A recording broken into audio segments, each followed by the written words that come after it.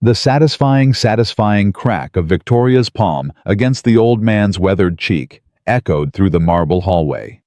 She stood over him, trembling with a rage that twisted her beautiful face into something monstrous, her 5-carat diamond ring glinting like a weapon. "You're nothing," she spat, grabbing him by his faded collar. "Just a worthless old fool who should be grateful. I let you breathe the same air as me." The elderly security guard stumbled backward, his worn cap falling to the floor. "If you ever open your mouth to my fiancée about what you've seen, I will destroy you." Victoria's voice dropped to a venomous whisper. "I'll scream that you tried to touch me.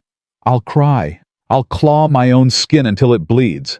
And when Daniel sees his sweet, innocent fiancée broken and terrified, who do you think he'll believe, me or some nobody gate man who smells like poverty?" She spat at his feet and stormed away, her designer heels clicking against the floor like gunshots. She never knew. She never even suspected. The man she had just humiliated, threatened, and assaulted was Richard Sterling himself, the billionaire, her future father-in-law, the man who owned every inch of the ground she was standing on. And he had seen everything. Before we dive into this incredible story of betrayal, deception, and ultimate justice, do me a quick favor. Hit that subscribe button and turn on notifications so you never miss a story. Drop a comment telling me what city you're watching from. I love seeing how far these stories travel around the world. Now sit back and let's get into it. She's wrong for him, Marcus. Richard Sterling stood at the window of his study, his back to his butler of 30 years. His voice was quiet, but there was steel underneath. "Sir, with respect, you've said that about every woman Daniel has dated. And I've been right every time." Richard turned slowly. "But this one is different. This one is dangerous."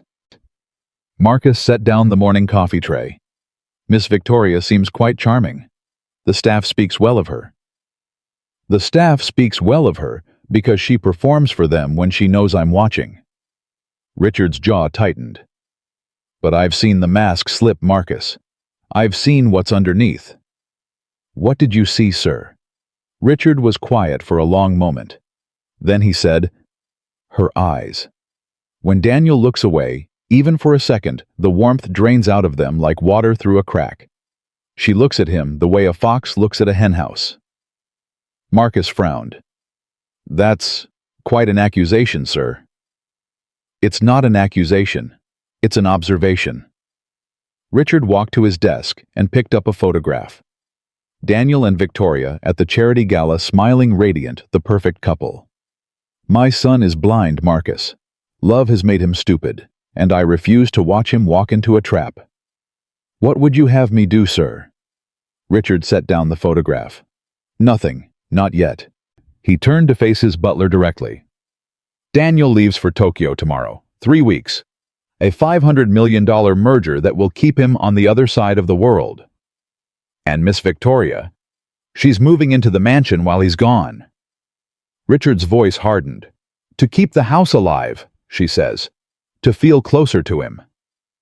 Marcus nodded slowly. "You suspect she has other motives. I don't suspect. I know." Richard grabbed Marcus by the shoulder. "I've survived 40 years in business by trusting my gut. My gut has never been wrong. And right now, my gut is screaming that this woman is going to destroy everything I've built." "Then hire investigators, sir. Surveillance. Background checks. We have the resources." "No." Richard shook his head firmly. "Investigators can be bought. Reports can be falsified. I need to see this with my own eyes. I need to know." Marcus stared at him. "Sir, what exactly are you planning?" Richard walked to the window and looked out at the sprawling estate. The manicured lawns, the marble fountain. The security booth by the front gate where an elderly guard sat reading a newspaper. "What if Richard Sterling disappeared for a few weeks?" he said softly. "What if someone else took his place? Someone invisible. Someone she would never suspect. Someone she would treat as less than human." The blood drained from Marcus's face. You can't be serious. I've never been more serious in my life. Sir, the risks are... Richard spun around. The risk is watching my only son marry a snake. The risk is letting that woman get her claws into my family, my fortune, my legacy. His voice cracked. Daniel is all I have left, Marcus. After Margaret died, he's all I have, and I will not let some gold-digging predator destroy him. Silence hung in the room like smoke. Finally, Marcus asked the only question that mattered.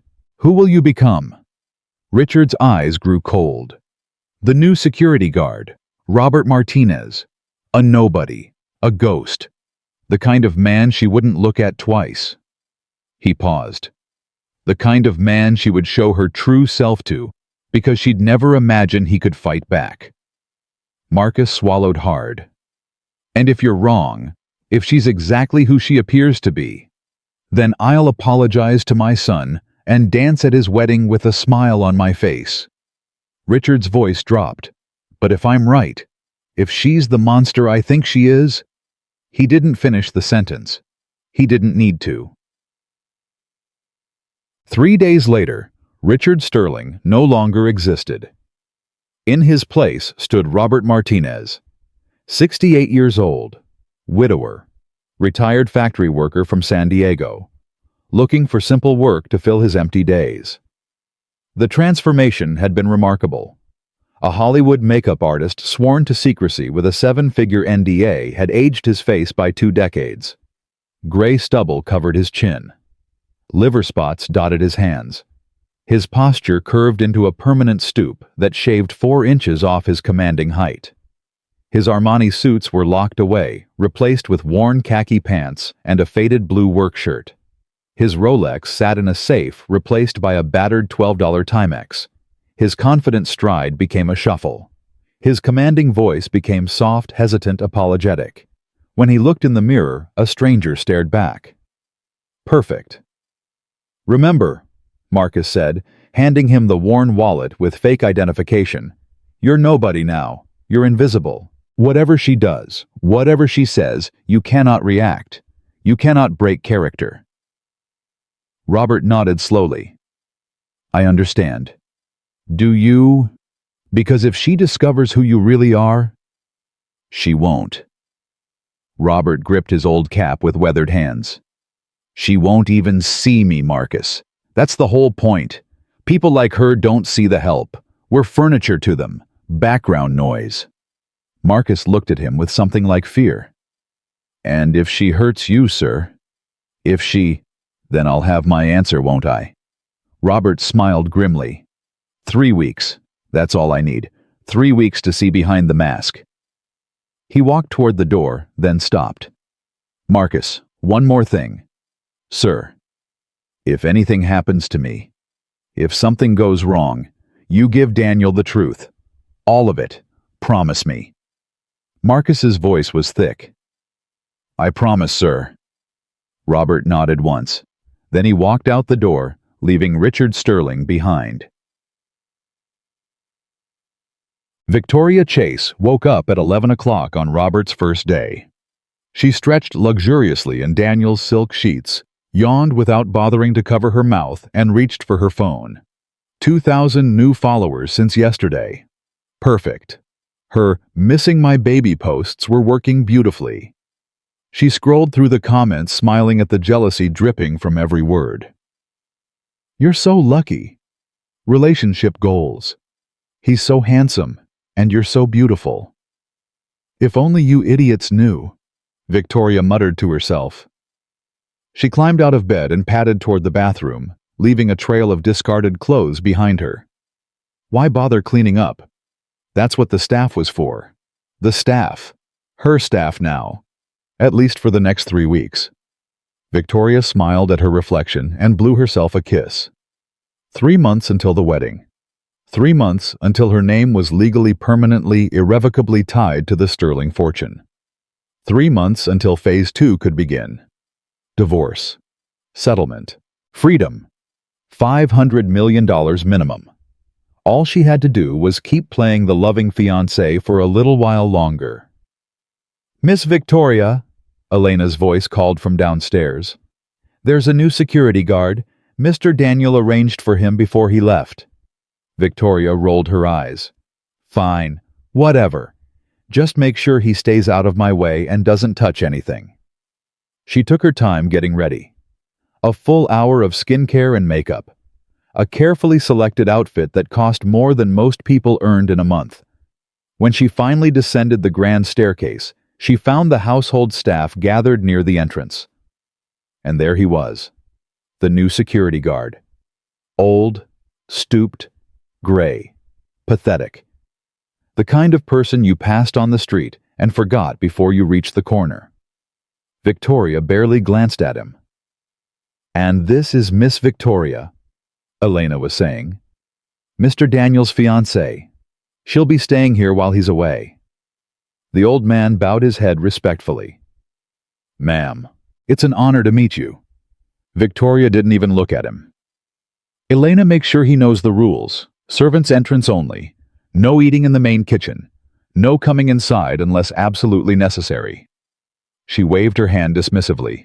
And tell him to do something about that smell. He reeks of poverty. She walked past him like he was invisible. Robert Martinez watched her go, his weathered hands tightening around his cap until his knuckles turned white. And in that single moment, watching her dismiss him like garbage, Richard Sterling knew his instincts had been right.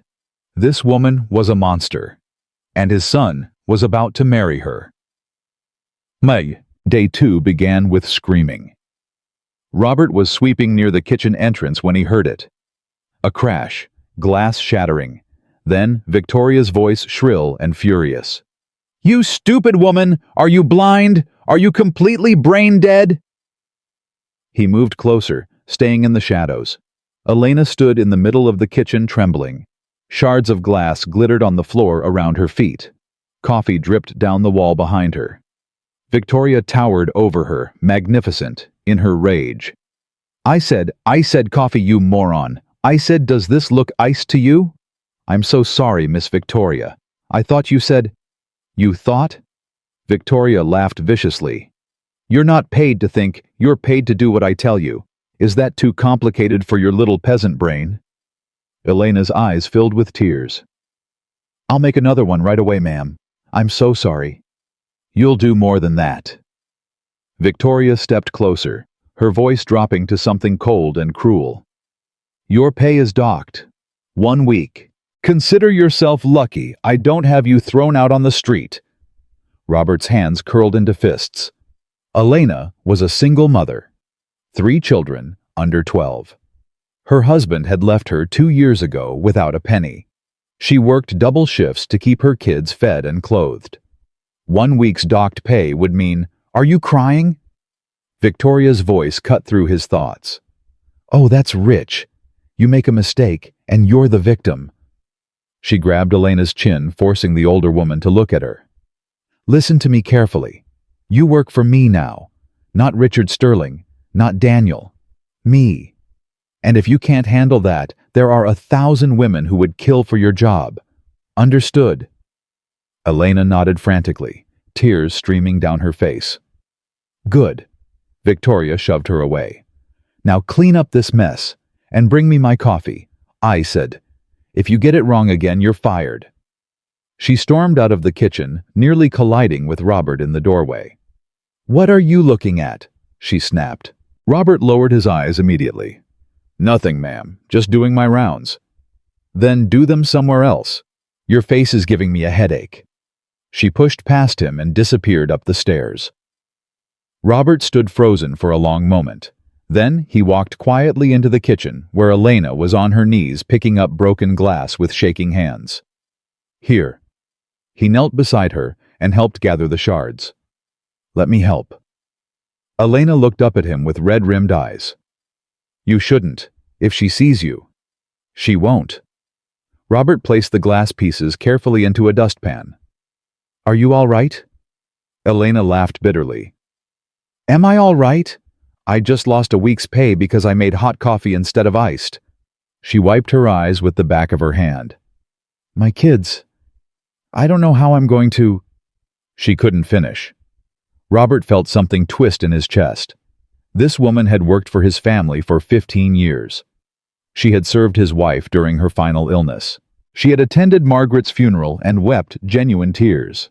And Victoria had just destroyed her over a cup of coffee. "It'll be okay," Robert said softly. "Things have a way of working out." Elena shook her head. "You don't know her. You don't know what she's really like. Tell me." Elena glanced toward the door, then lowered her voice. "She's different when Daniel's around. Sweet, kind, the perfect girlfriend. But when he's gone..." She shuddered. "It's like living with a different person. She screams at everyone. Nothing is ever good enough. Yesterday she made Maria remake her bed 3 times because the sheets weren't crisp enough." Robert filed this information away. "Has she ever hurt anyone physically?" Elena hesitated, then barely whispering. "Last week she threw a hairbrush at Carlos, hit him in the face, left a bruise. She told him if he said anything to Daniel, she'd claim he attacked her." Robert's blood ran cold. "She's done this before, threatened to lie." Elena nodded miserably. "She knows no one will believe us. We're just staff. She's the billionaire's girlfriend." Her voice cracked. "Who would take our word over hers?" Robert placed a gentle hand on her shoulder. "Someone might," he said quietly. "Someday. Someone might believe you." Elena looked at him strangely, as if seeing him for the first time. Before she could respond, footsteps echoed from the hallway. "Elena!" Victoria's voice shrieked. "Where is my coffee?" Elena scrambled to her feet, nearly slipping on the wet floor. "Coming, Miss Victoria, coming!" She rushed to prepare the drink, hands still trembling. Robert watched from the shadows, his mind already calculating. Day 2, he thought.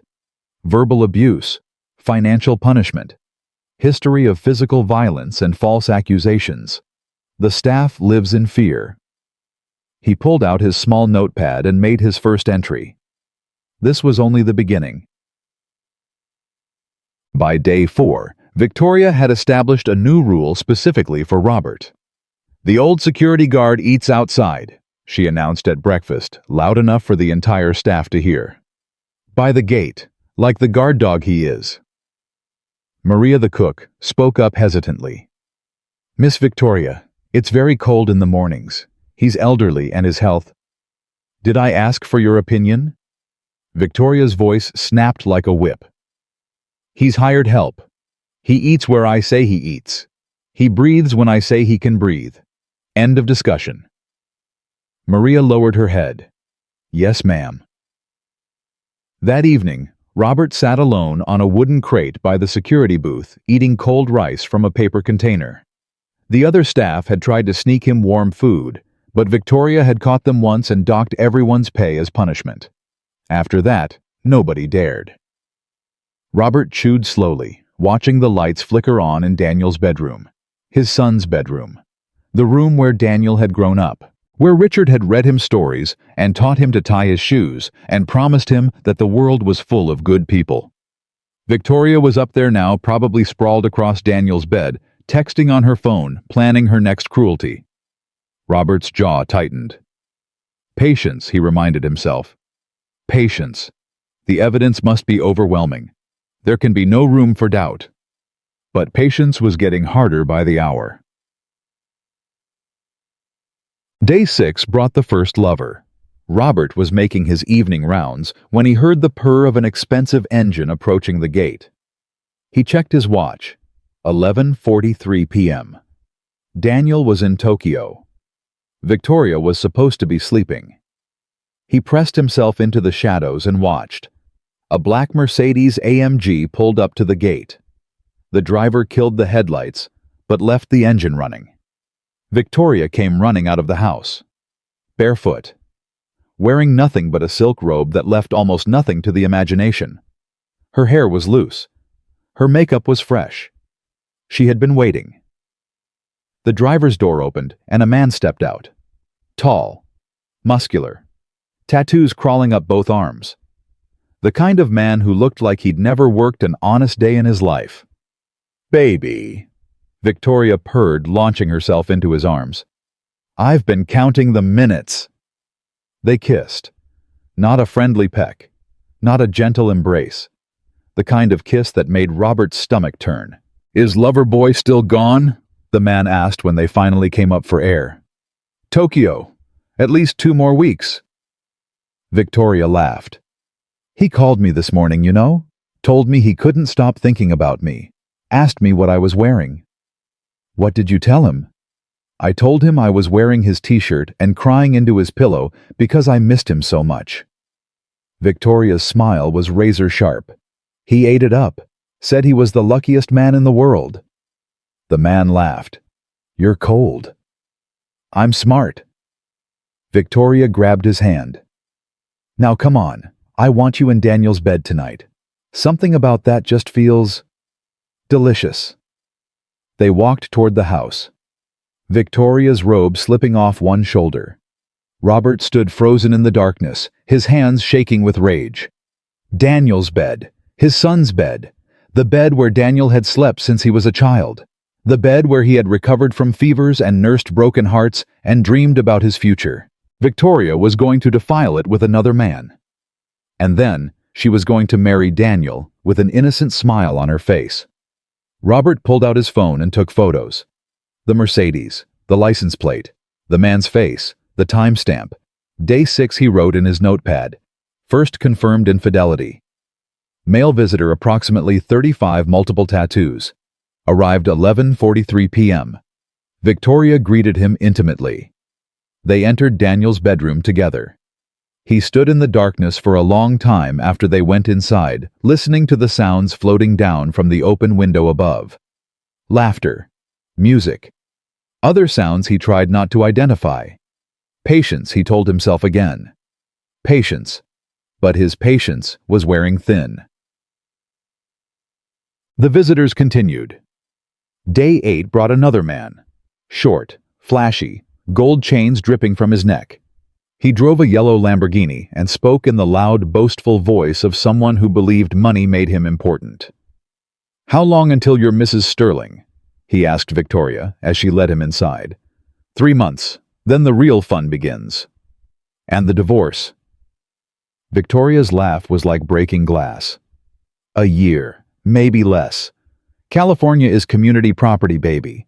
I walk away with half of everything, minimum $500 million. What about his old man, the father, Richard Sterling?" Victoria waved her hand dismissively.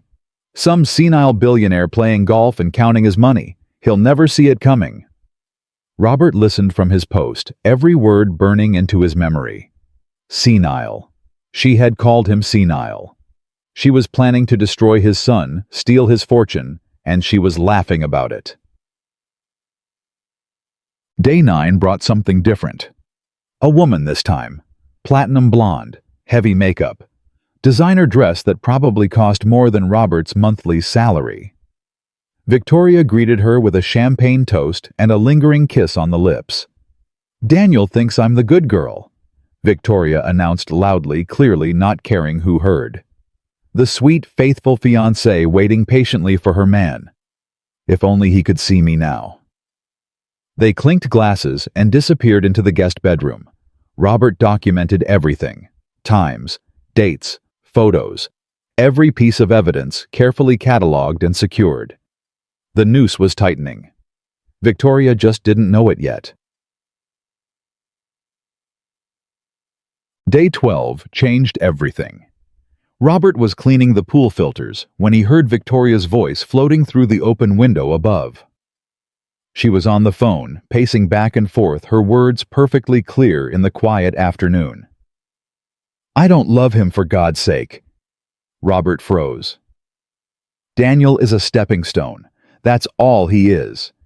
Do you think I want to spend my life tied to some boring businessman who talks about profit margins and market shares?"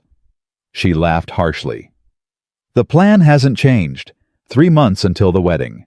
I get access to his accounts, his investments, his trust fund. Then I wait a year, maybe less, and file for divorce." A pause while the other person spoke. "California law, baby. Community property. Everything acquired during the marriage gets split 50-50. But here's the beautiful part: I've already had my lawyers looking into his premarital assets. There are loopholes. With the right arguments, I could claim a portion of those too. Another pause. How much? Conservative estimate, 500 million. But if I play my cards right, could be closer to $1 billion. Robert's hands gripped the pool net so hard his knuckles turned white. And the father? Please. Victoria's voice dripped with contempt. Richard Sterling is practically ancient. He'll probably be dead before the divorce is finalized. And even if he isn't, what's he going to do? The old fool adores Daniel. He'll believe whatever his precious son tells him. She laughed again, and the sound made Robert's skin crawl. Trust me, I've got this all figured out. By this time next year, I'll be single, rich, and free, and Daniel Sterling will be nothing but a sad memory and a very large check. The call ended. Robert stood motionless, his mind racing. He had known she was bad. He had suspected she was using Daniel. But this was calculated destruction. This was a predator planning to devour its prey and pick its teeth with the bones. His son didn't have a fiancée.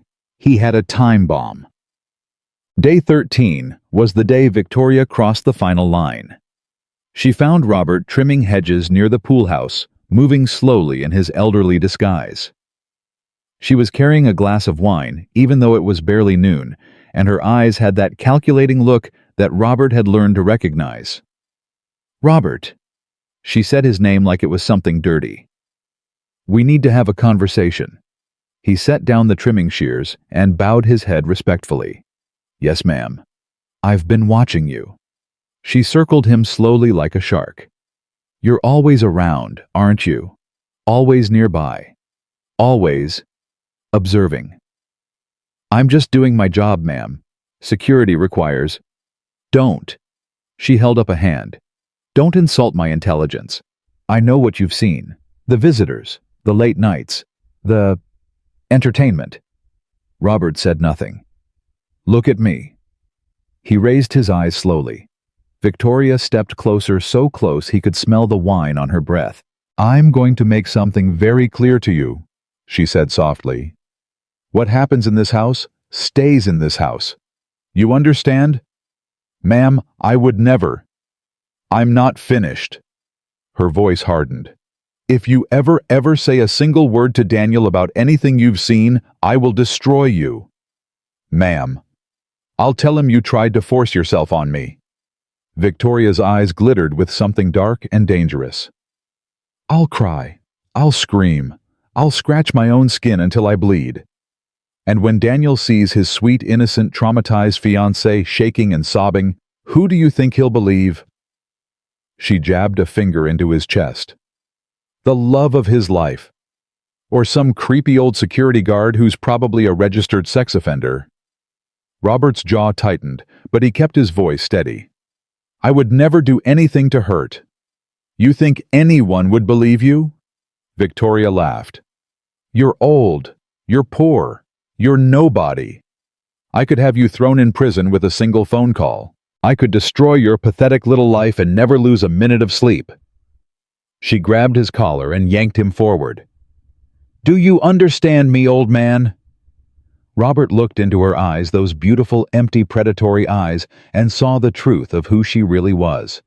Not a gold digger, not a manipulator, a genuine, certified sociopath. "I understand, ma'am," he said quietly. "Good." Victoria smiled sweetly. "Now there's just one more thing." She slapped him. The crack echoed across the pool. Robert's cheek exploded with pain, but he didn't move. He didn't flinch. He just stood there, absorbing the blow, letting her believe she had won. "That," Victoria said, "is to remind you of your place. You're a servant. Less than a servant. You're a thing.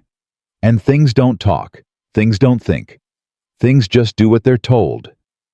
She spat at his feet. "Clean that up," she said, gesturing to the ground. "And if I ever see you looking at me again, the next slap won't be with my hand. It'll be with a police report." She turned and walked away, her heels clicking against the stone like a countdown. Robert watched her go. Then slowly he reached up and touched his burning cheek. The cheek that Victoria had just slapped. The cheek that belonged to Richard Sterling. Billionaire. Tycoon. Builder of empires. The man who would destroy her. He pulled out his notepad and made his entry. Day 13. Physical assault. Explicit threat of false rape accusation. Blackmail. Intimidation. Complete absence of remorse or humanity. He underlined the last sentence 3 times. Complete absence of humanity. Victoria Chase hadn't just failed his test. She had revealed herself to be something far worse than he had ever imagined. And she had made the biggest mistake of her life. She had attacked a lion and believed it was a lamb. That night, Robert made a phone call. "Marcus. Sir, are you all right? You sound... I've seen enough." Robert's voice was flat, cold. The voice of a man who had made a decision that could not be unmade. "She hit me today. Threatened me with false rape accusations. She's had multiple lovers in Daniel's bed. She's planning to marry him, divorce him within a year, and take half of everything I've spent my life building." Silence on the other end. "Sir, I'm so sorry." "Don't be sorry. Be ready." Robert gripped the phone tighter. "When Daniel comes home, I want everything prepared. Every video, every photo, every recording, every documented incident with timestamps and verification. I want it organized and undeniable." "Yes, sir. It will be done." "And Marcus." "Sir." Robert looked up at the mansion, his son's home, now a house of betrayal and lies. "She called me senile today, said I was just some old fool who would never see her coming." His voice dropped to barely a whisper. She's about to find out exactly how wrong she was. He ended the call and sat in the darkness for a long time. The stars were bright overhead. The night was quiet. Somewhere in the house, Victoria was probably sleeping peacefully, dreaming of the fortune she planned to steal. Dream while you can. Robert thought. Your nightmare is just beginning. He stood slowly, his aging joints protesting his disguise, weighing on him like a second skin. 11 more days. 11 more days of humiliation and abuse, and watching this woman poison everything his family had built. But at the end of those 11 days, Daniel would come home, and when he did, the mask would come off. Not Victoria's mask, his. And she would finally understand what she had done. She had looked at an old man in a worn uniform and seen a victim. She had seen someone she could bully and threaten and spit on without consequence. She had seen a nobody, but she had been looking at Richard Sterling the entire time. And Richard Sterling had seen her, every ugly, twisted, blackened corner of her soul. He knew who she was now, and she had absolutely no idea who he was.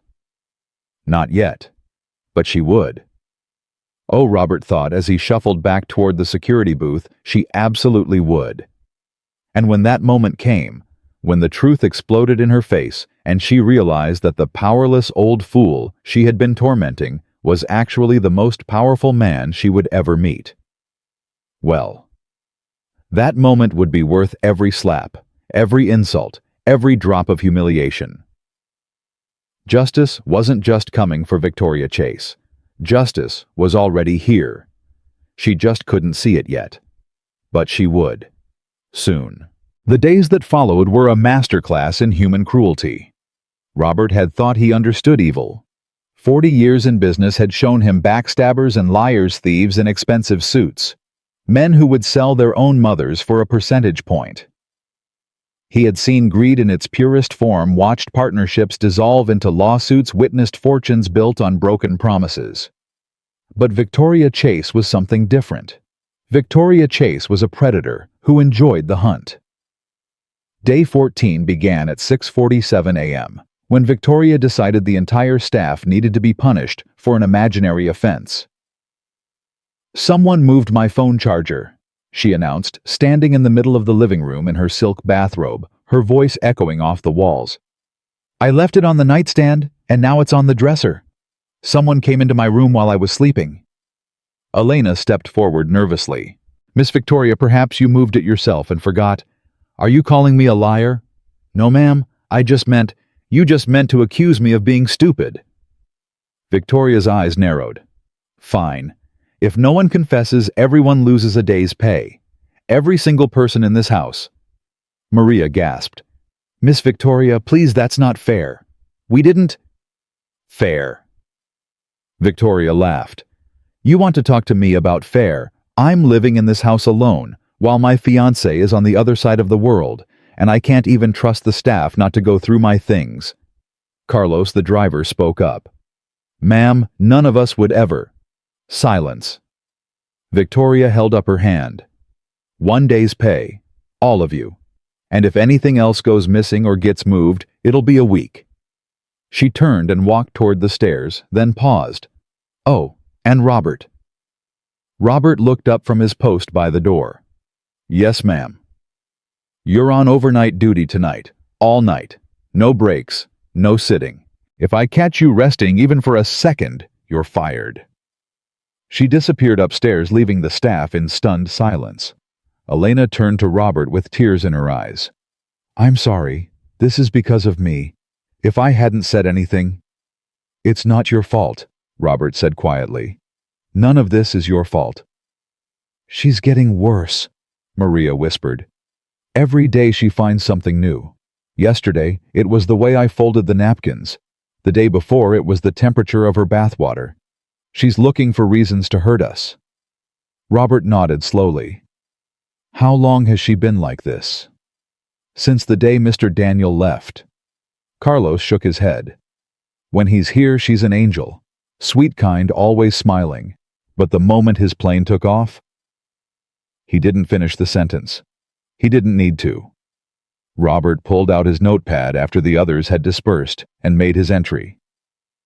Day 14. 6:47 a.m. Collective punishment of entire staff for fabricated offense. Financial abuse. Psychological manipulation. Escalating pattern of control. The noose was tightening. But Victoria was far from finished. That same evening, at exactly 9:23 p.m., the doorbell rang. Robert answered it to find a delivery driver holding an enormous arrangement of roses. Red. Expensive. The kind that cost more than most people's weekly groceries. "Delivery for Miss Victoria Chase," the driver said. Victoria appeared at the top of the stairs, her face transforming into something almost human when she saw the flowers. "Oh my God, they're beautiful!" She rushed down and snatched the card from the arrangement. "They're from Daniel. Listen to this, counting every second until I see your face again. All my love, D." She pressed the card to her chest dramatically, then noticed Robert watching. "What are you looking at?" "Nothing, ma'am. Just admiring the flowers." "You're not paid to admire anything." She thrust the arrangement into his arms. "Take these to my bedroom. And don't touch the petals. If even one petal falls off, I'll take it out of your pay." Robert carried the flowers carefully up the stairs and placed them on her dresser. As he turned to leave, he heard Victoria on the phone in the bathroom. "Chase, baby, you're not going to believe this. Daniel sent me roses. The idiot actually thinks I'm sitting here pining for him," she laughed. "I know, right? But here's the best part, I'm going to take a picture with them and post it online. Missing my baby. He knows exactly how to make me smile. The comments are going to be adorable." Robert stood frozen in the doorway listening. "What tonight, baby? I don't know. I had that thing with Destiny yesterday and I'm still tired from—" A pause. "Fine, fine. But you're bringing champagne this time. The good stuff. And I want that thing you did last week. You know, the thing." She giggled. "See you at midnight." And Chase used the side entrance. "The old security guard is on overnight duty, and I don't want him seeing anything." Robert slipped out of the room before she emerged, his mind racing. Midnight. Another visitor. More evidence. He made his way to the security booth and prepared for a long night. At 11:58 p.m., the black Mercedes returned. Robert watched from the shadows as Chase, the muscular tattooed man who had become Victoria's most frequent visitor, slipped through the side entrance exactly as instructed. What Chase didn't know was that Robert had positioned a small camera near that entrance 3 days ago. What Chase didn't know was that every step he took was being recorded. What Chase didn't know was that his face, his car, his license plate, and his late-night visits were all being compiled into a file that would eventually destroy the woman he was sleeping with. Robert waited until the bedroom light went off, then made his entry. Day 14, 11:58 p.m. Second confirmed visit from male subject, Chase. Victoria deliberately arranged timing to avoid detection. Premeditated infidelity. Continued pattern of betrayal. He looked up at Daniel's bedroom window and felt his heart crack. His son. His boy. The child he had raised, protected, and loved more than anything in this world. Daniel was in Tokyo right now, probably staring at his phone waiting for Victoria's goodnight text, believing with his whole heart that the woman he loved was faithful and true. And she was upstairs with another man in his bed. Robert closed his eyes and whispered into the darkness, "Soon, son. I'll show you the truth soon, and then you'll be free of her forever." The night crawled by minute by agonizing minute. At 3:17 a.m., Victoria's bedroom door opened. Robert watched Chase slip out the side entrance and drive away, the Mercedes's headlights cutting through the darkness like guilty eyes. At 6:02 a.m., Victoria emerged on the balcony in Daniel's bathrobe, stretching and yawning, looking for all the world like an innocent woman waking from innocent sleep. She spotted Robert at his post and smiled. "Still awake, old man?" "Yes, ma'am, as you instructed." "Good boy," she laughed. "You can rest now, for 2 hours. Then I want you back at the gate." She went inside, and Robert allowed himself to sit for the first time in 11 hours. His bones ached. His eyes burned. His body screamed for sleep. But his mind was sharp as ever. Day 15. 6 more days until Daniel returned. 6 more days of evidence gathering.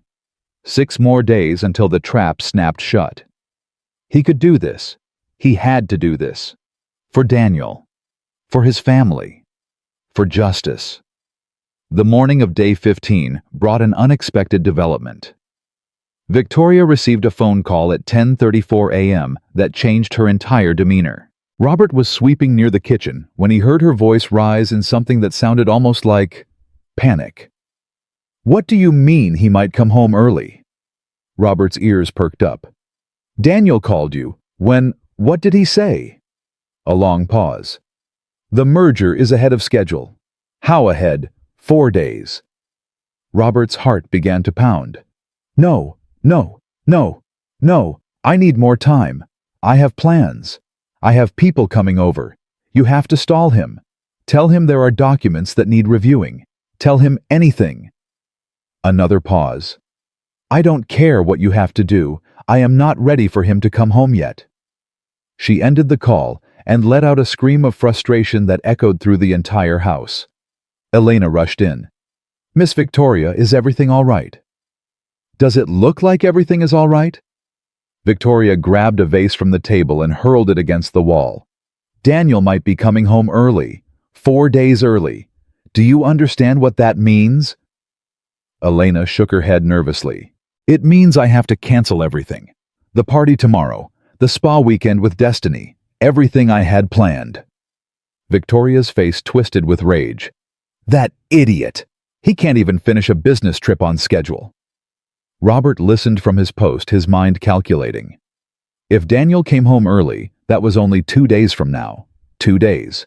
He needed to contact Marcus immediately, but more than that, he needed to understand why Victoria was so desperate for more time. What was she planning that required Daniel's absence so urgently?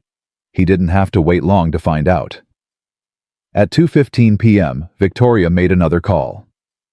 "The Hawaii thing is off. Daniel's coming back early." Hawaii thing. "I know we had a reservation. I know the deposits are non-refundable. But I can't exactly fly to Maui with my boyfriend while my fiancé is sitting in his mansion wondering where I am." Robert's blood ran cold. She had been planning a vacation with another man while engaged to Daniel. "Look, we'll reschedule after the wedding. Once I have access to his accounts, I can go anywhere I want with anyone I want, and he won't be able to say a damn thing." After the wedding, once she had access. Every word confirmed what Robert already knew. This woman wasn't marrying Daniel for love. She wasn't even marrying him for security. She was marrying him for destruction.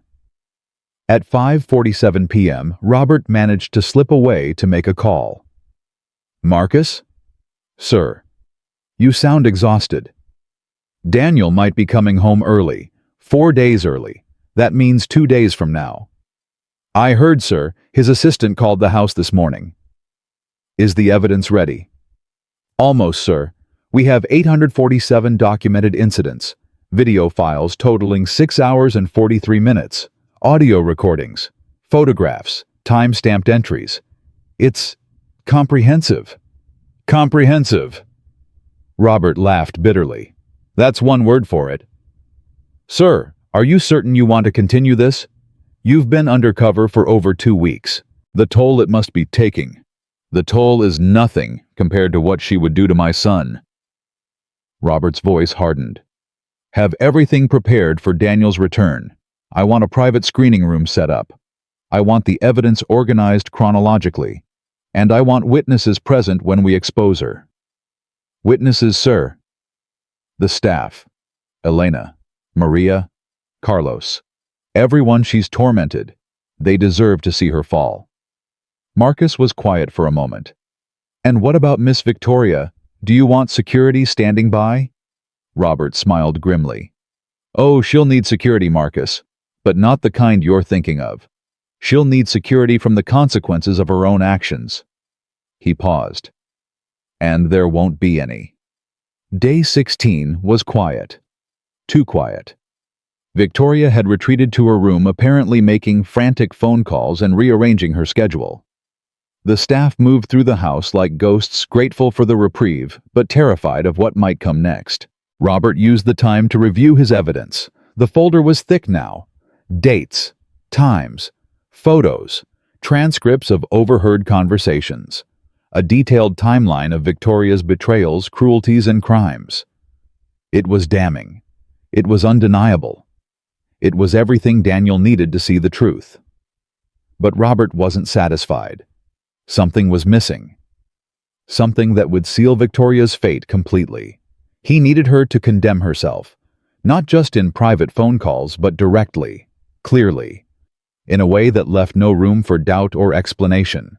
He needed a confession, and on day 17, he got one.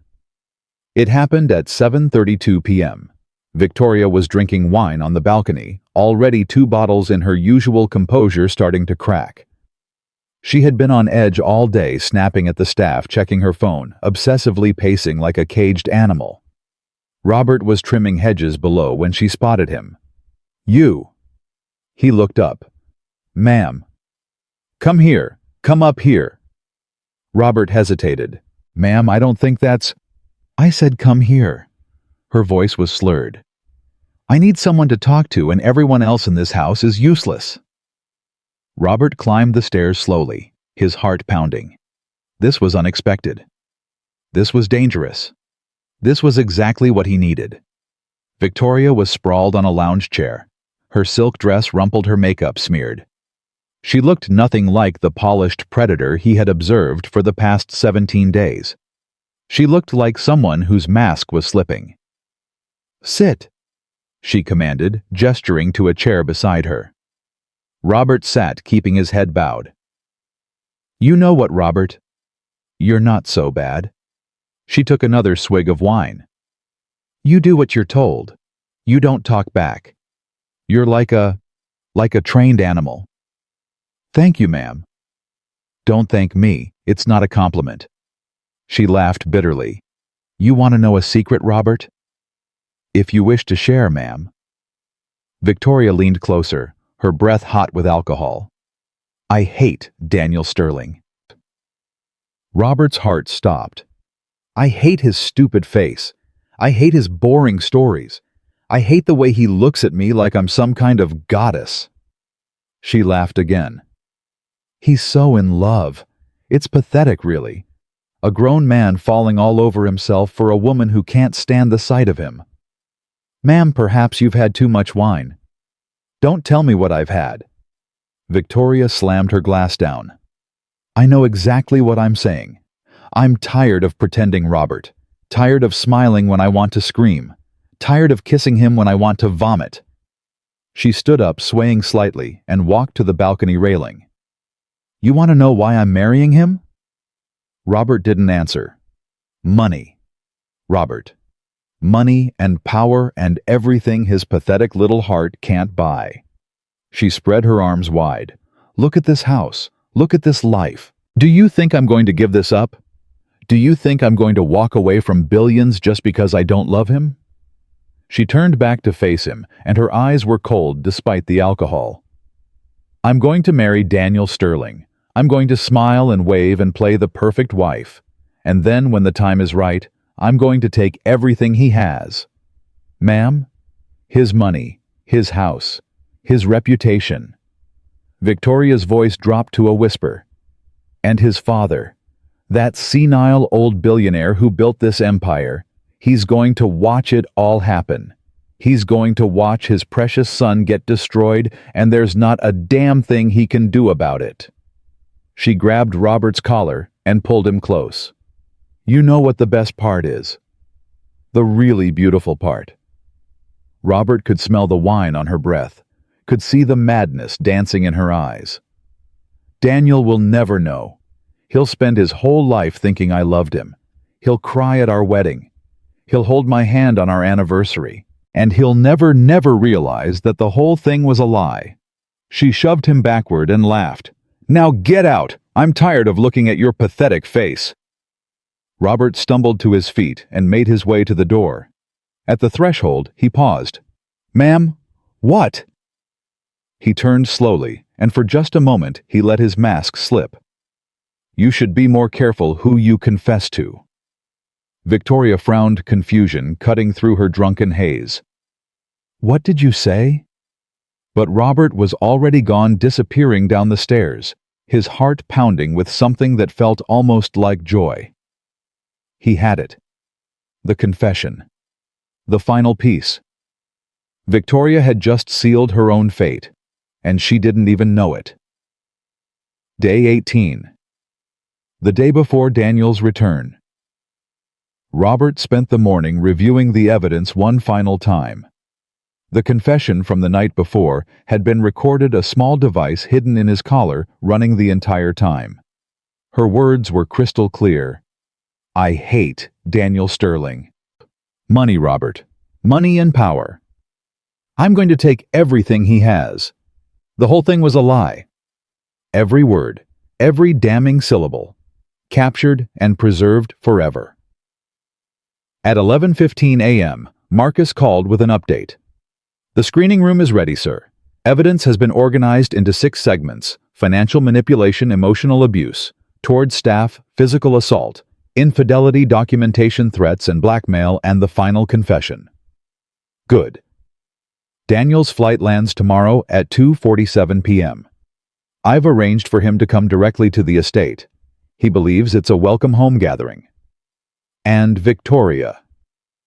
She suspects nothing, sir. She's been making arrangements all morning. Flowers, a welcome banner. She even ordered Daniel's favorite meal from his favorite restaurant. Robert closed his eyes. The performance. Always the performance. Even now, with her world about to collapse, Victoria was rehearsing her lines, preparing her costume, getting ready to play the loving fiancée one more time. Sir. Marcus's voice was hesitant. Are you all right? No, Robert admitted. I'm not. I've spent 18 days watching a monster wear my son's ring. I've been humiliated, starved, slapped, and threatened. I've seen good people punished for nothing and bad behavior rewarded. He paused. But tomorrow it ends. Tomorrow my son sees the truth. And tomorrow Victoria Chase learns that there are consequences in this world, even for people as beautiful and charming as her. Yes, sir. One more thing, Marcus. Sir. When it's over, when she's been exposed and escorted out, I want you to personally deliver a message to Elena and the rest of the staff. What message, sir? Robert's voice softened. That their pay has been restored. Every penny she docked. With interest. And bonuses for everyone who suffered under her cruelty. It will be my pleasure, sir.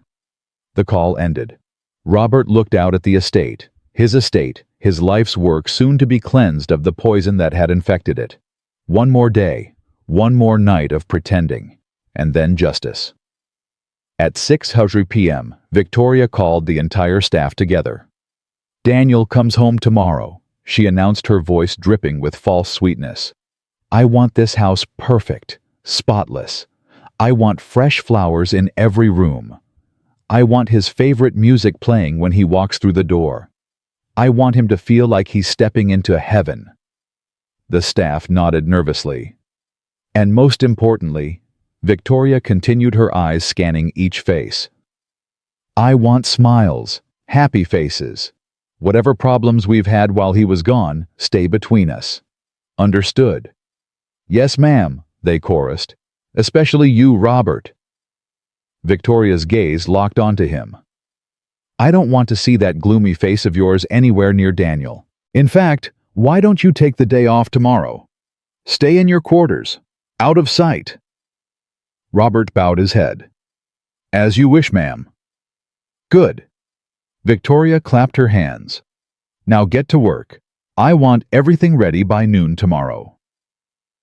The staff scattered to their tasks, and Victoria disappeared upstairs, probably to rehearse her performance for Daniel's arrival. Robert watched her go with a smile she couldn't see. Out of sight. That was exactly where he wanted to be. Until the moment he stepped into the light. That night at 11:47 p.m., Victoria made her final mistake. She called Chase. Tomorrow's the last night, she whispered into the phone. Daniel comes home in the afternoon, and then it's back to the performance. Robert listened from outside her door, his recording device running. I know. I'll miss you too. But we'll figure something out. Secret weekends, business trips. There are always ways. She laughed softly. No, he won't suspect anything. Daniel is blind, baby. He sees what he wants to see, and he wants to see a faithful, loving fiancé. Another pause. The old security guard. No, I'm getting rid of him. Told him to stay out of sight tomorrow. I don't want any loose ends when Daniel arrives. Robert's jaw tightened. Look, once we're married, everything changes. I'll have access to the accounts. I can move money without anyone noticing. We can take trips, buy a place somewhere private. The Caymans, maybe. Somewhere Daniel would never think to look. She giggled. I love you too. Now let me get some sleep. Tomorrow's a big performance day. The call ended.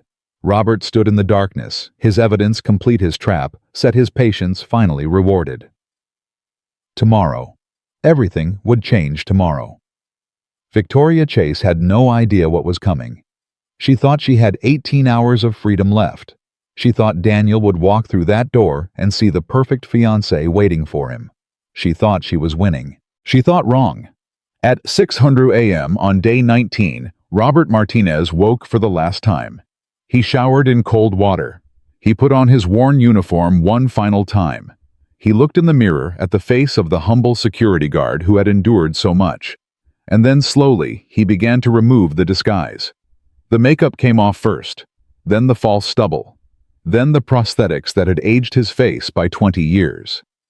When he was done, Richard Sterling stared back at him from the mirror. Sharp eyes, strong jaw.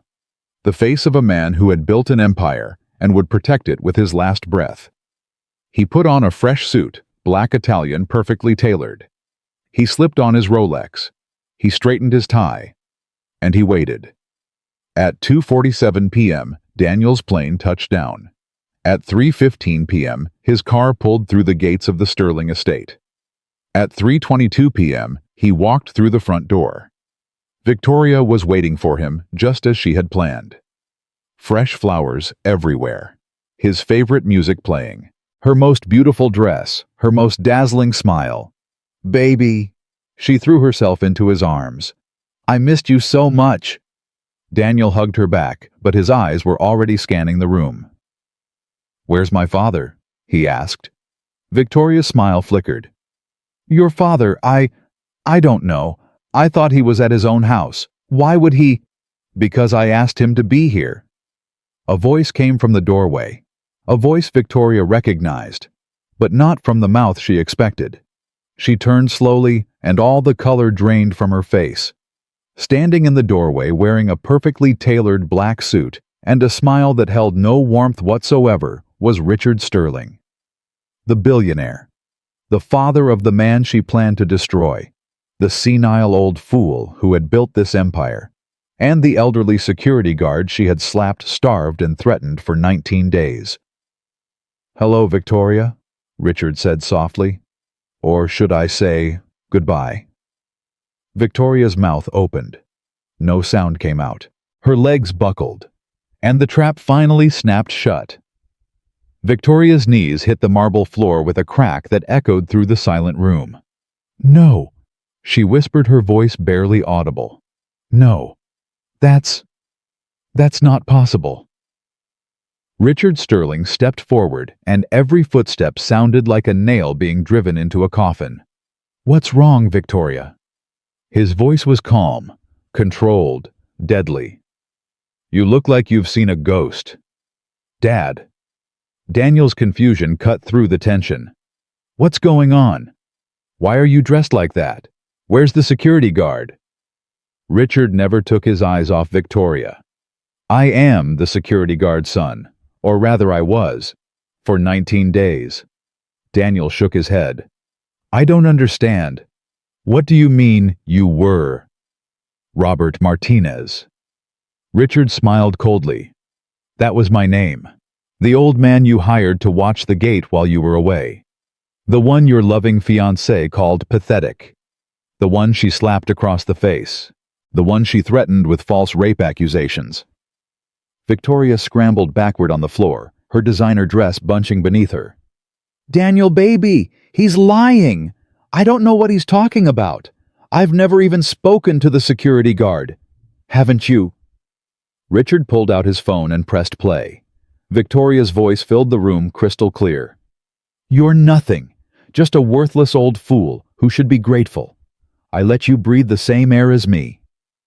The color drained from Daniel's face. "If you ever open your mouth to my fiancé about what you've seen, I will destroy you. I'll scream that you tried to touch me. I'll cry. I'll claw my own skin until it bleeds." Victoria lunged for the phone. "Turn that off. That's not me. He faked it." Richard sidestepped her easily and continued playing the recording. "You think anyone would believe you? You're old. You're poor. You're nobody." The sound of a slap. "That is to remind you of your place." Silence. Daniel stood frozen, his face a mask of shock and horror. "Victoria," he said slowly. "What did you do?" "Baby, please." Victoria grabbed his arm, tears streaming down her face. "He manipulated me. He provoked me. I didn't know who he was." "So you admit it?" Daniel's voice was ice. "You admit you said those things. You admit you hit him." "I was scared. An old man was watching me all the time, and I felt threatened, and I threatened." Richard laughed bitterly. "You threatened me. You threatened to have me thrown in prison for a crime I didn't commit. You threatened to destroy my life with a lie." He turned to Daniel. "But that's not the worst of it, son. Not by a long shot." At 3:34 p.m., Richard led them into the private screening room. Victoria fought every step of the way. She grabbed Daniel's hand. She pleaded. She cried. She swore on her mother's grave that whatever Richard was about to show them was fabricated, manipulated, fake. Daniel said nothing. His silence was worse than any accusation. The screening room had been set up exactly as Marcus had promised. A large screen dominated one wall. Comfortable chairs faced it. And standing along the back, their faces a mixture of fear and anticipation, were Elena Maria Carlos and the rest of the household staff. Victoria saw them and froze. "What are they doing here?" "They're witnesses," Richard said simply. "They suffered under your cruelty for 19 days. They deserve to see justice served." "This is insane." Victoria spun toward Daniel. "Baby, you can't let him do this to me. I'm your fiancé. I love you." Daniel finally looked at her. The love was gone from his eyes. In its place was something cold and hard and broken. "Then you have nothing to worry about," he said quietly. "If you love me, if you've been faithful, if everything my father is saying is a lie, then whatever he shows us will prove it. Won't it?" Victoria's mouth opened, closed, opened again. No words came out. Richard gestured to a chair. "Sit down, Miss Chase. The show is about to begin." At 3:41 p.m., the first video began to play. It was footage from day 2, Victoria in the kitchen screaming at Elena over the coffee. "You stupid woman! Are you blind? Are you completely brain dead?"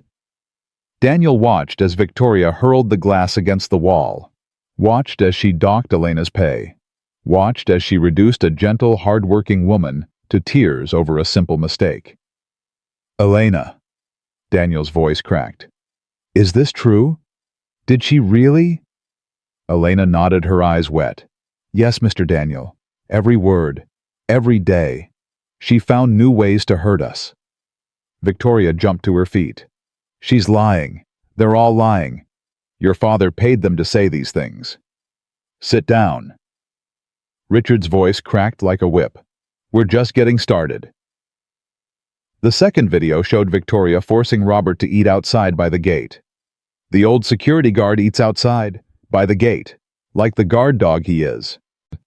The third showed her throwing a hairbrush at Carlos, leaving a bruise on his face. "You incompetent fool. If you tell Daniel about this, I'll say you attacked me." The fourth showed her spraying Miguel with a garden hose, humiliating him in front of the entire staff. Maybe this will teach you to do your job properly.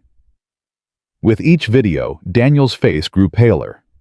His hands gripped the armrests of his chair until his knuckles turned white. His breathing became shallow, ragged, like a man drowning in truth. Victoria had stopped protesting.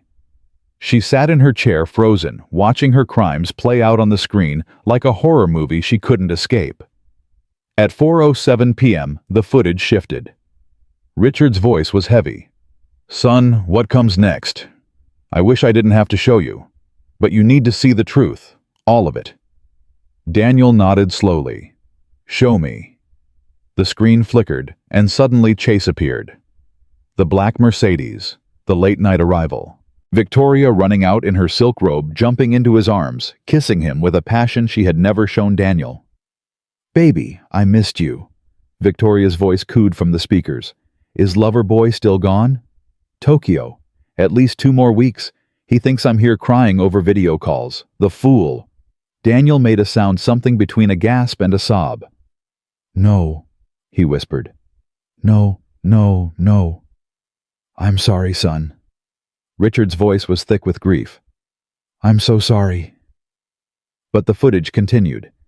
Victoria leading Chase into the house, into Daniel's bedroom, the lights going off, the sounds that followed laughter music, other sounds that Daniel covered his ears to block out. "Stop it!" Victoria screamed, lunging toward the screen. "Turn it off!" Carlos and Marcus grabbed her arms, holding her back. "Let me go. You have no right." "I have every right." Richard's voice was cold. "You committed these acts in my son's home, in my son's bed. You betrayed him under his own roof while he was working to build a future for both of you." The footage continued. Day 8. The short man with gold chains. "How long until you're Mrs. Sterling?" 3 months. Then the real fun begins. And the divorce. A year, maybe less. California is community property, baby. I walk away with half of everything. Day 9. The platinum blonde woman. Victoria greeting her with champagne and kisses. Daniel thinks I'm the good girl. The sweet, faithful fiancée waiting patiently for her man. If only he could see me now. Day 12. The phone call. I don't love him, for God's sake. Daniel is a stepping stone. That's all he is. Each revelation hit Daniel like a physical blow. He hunched forward in his chair, his shoulders shaking, his face buried in his hands. Victoria had stopped fighting. She hung limply between Carlos and Marcus, her face a mask of shock and despair, watching her empire crumble in real time. At 4:23 p.m., Richard played the final recording. The confession. Victoria's drunken voice filled the room, raw and unfiltered and utterly damning. You want to know a secret, Robert? I hate Daniel Sterling. Daniel's head snapped up. I hate his stupid face. I hate his boring stories. I hate the way he looks at me like I'm some kind of goddess. He's so in love. It's pathetic, really. Tears were streaming down Daniel's face now. You want to know why I'm marrying him? Money, Robert. Money and power and everything his pathetic little heart can't buy. Victoria let out a wail of despair. I'm going to marry Daniel Sterling. I'm going to smile and wave and play the perfect wife. And then, when the time is right, I'm going to take everything he has. The recording continued, merciless and unsparing. His money, his house, his reputation, and his father, that senile old billionaire who built this empire. He's going to watch it all happen. Richard's jaw tightened at the word senile. Daniel will never know. He'll spend his whole life thinking I loved him. He'll cry at our wedding. He'll hold my hand on our anniversary, and he'll never realize that the whole thing was a lie. The recording ended. Silence filled the room like a physical presence. For a long moment, no one moved. No one spoke. No one even breathed. Then Daniel stood. His face was wet with tears. His hands were shaking. His voice, when it finally came, was barely a whisper. Is that how you really feel, Victoria? Victoria looked at him with desperate eyes. Daniel, baby, I was drunk. I didn't mean any of it. I was just venting. I was stressed. Is that how you really feel? His voice echoed off the walls like thunder. Victoria flinched. Answer me. Daniel said, his voice dropping to something quiet and dangerous. Look me in the eyes and tell me the truth. For once in your life, tell me the truth. Victoria's mouth trembled. You can't, can you? Daniel laughed bitterly. You can't tell me the truth because you don't even know what truth looks like anymore. You've been lying so long you've forgotten how to do anything else. That's not fair. Fair. Daniel grabbed the engagement ring on her finger and yanked it off so hard she cried out in pain. You want to talk to me about fair? You were sleeping with other people in my bed. You were planning to steal my family's money. You were going to destroy my life. He held up the ring, the 5-carat diamond that had cost him $200,000 that he had picked out with such hope and love and excitement. This ring meant everything to me. I thought I was giving it to the woman I would spend my life with. I thought I was giving it to someone who loved me. His voice cracked. But I was giving it to a stranger, a monster wearing the face of an angel. He turned to Richard. Dad, I'm sorry. I should have listened to you. I should have trusted your instincts. You tried to warn me, and I was too blind to see. Richard walked to his son and pulled him into a tight embrace. It's not your fault, he said softly. Love makes us vulnerable. That's not a weakness, son. That's what makes us human. But I let her into our lives. I let her hurt you. I let her hurt the staff. Shh. Richard held him tighter. It's over now. The nightmare is over. At 4:38 p.m., Victoria made her final play. She dropped to her knees in front of Daniel, grabbing at his legs, her mascara running in black rivers down her face. Please, she sobbed. Please, Daniel. I can change. I can be better. Give me another chance. I'll do anything." Daniel looked down at her. For a moment, just a moment, something flickered in his eyes. The ghost of the love he had once felt. The memory of the woman he had thought she was. Then it was gone. "Get up," he said coldly. "Daniel, please." I said, "Get up." He stepped backward out of her reach. "You're embarrassing yourself." Victoria's sobs intensified. "I have nowhere to go. I gave up everything for you. My apartment, my friends, my whole life. You gave up nothing." Richard's voice cut through her performance. "You were living in a studio apartment in the valley before you met Daniel. Your friends were people you used for connections. Your whole life was a scheme to find someone rich enough to fund your lifestyle." Victoria's eyes widened. "How do you know?" "I know everything, Miss Chase. I had you investigated the moment Daniel mentioned your name." Richard pulled out a folder and threw it at her feet. "Background check. Financial records. A list of wealthy men you've targeted over the past 5 years. Daniel wasn't your first mark. He was just your biggest." Victoria stared at the folder like it was a snake. You had no right. I had every right. You were trying to marry my son. You were trying to infiltrate my family." Richard's voice was pure steel.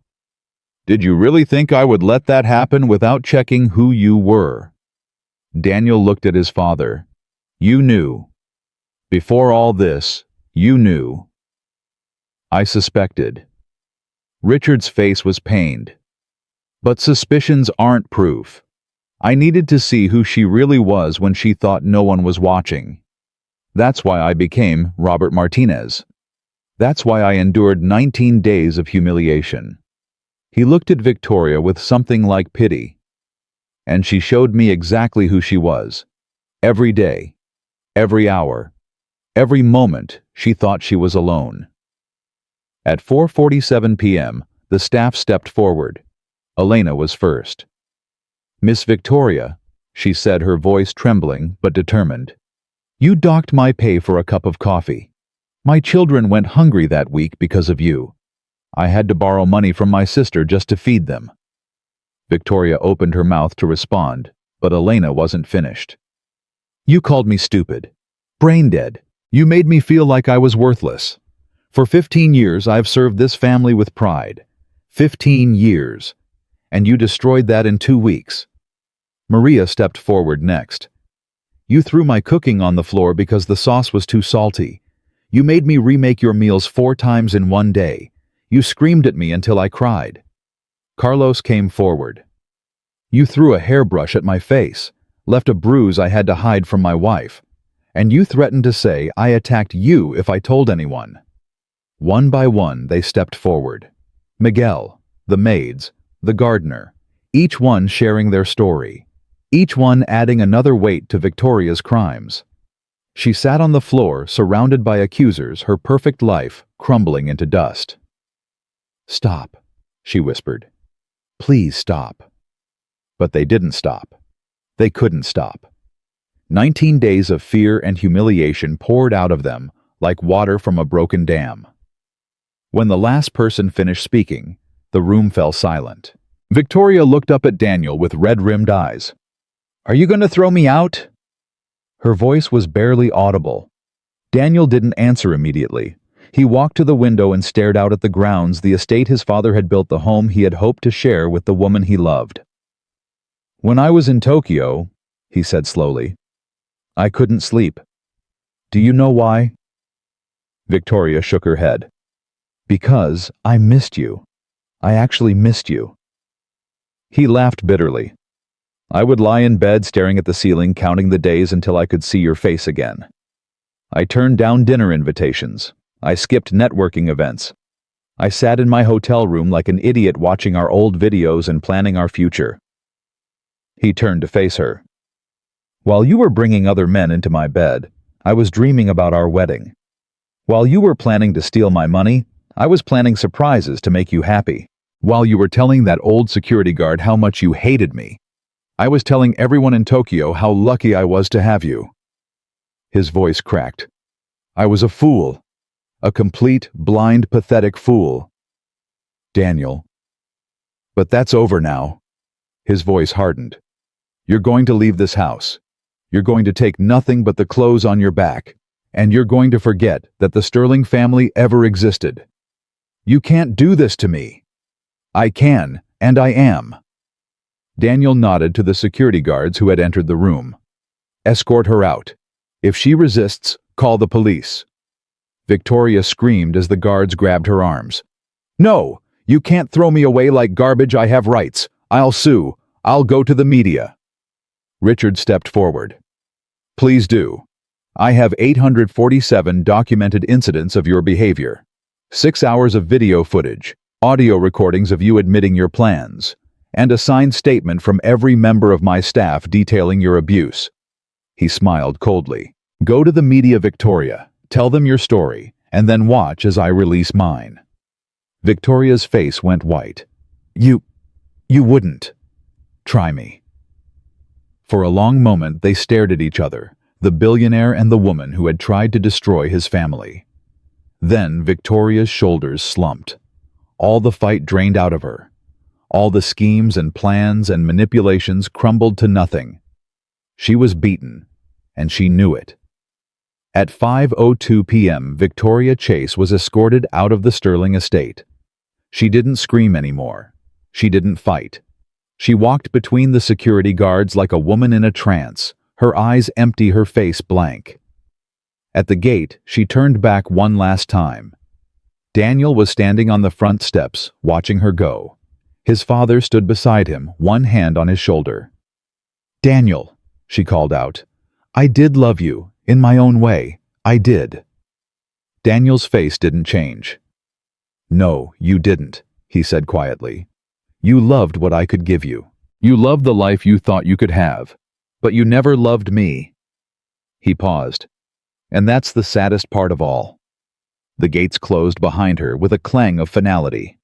Victoria stood on the street alone, with nothing but the clothes on her back and the ruins of her scheme scattered at her feet. The black Mercedes she had expected Chase to send never came. The friends she had bragged to never called. The life she had planned crumbled into nothing. At 5:15 p.m., she began walking. She didn't know where she was going.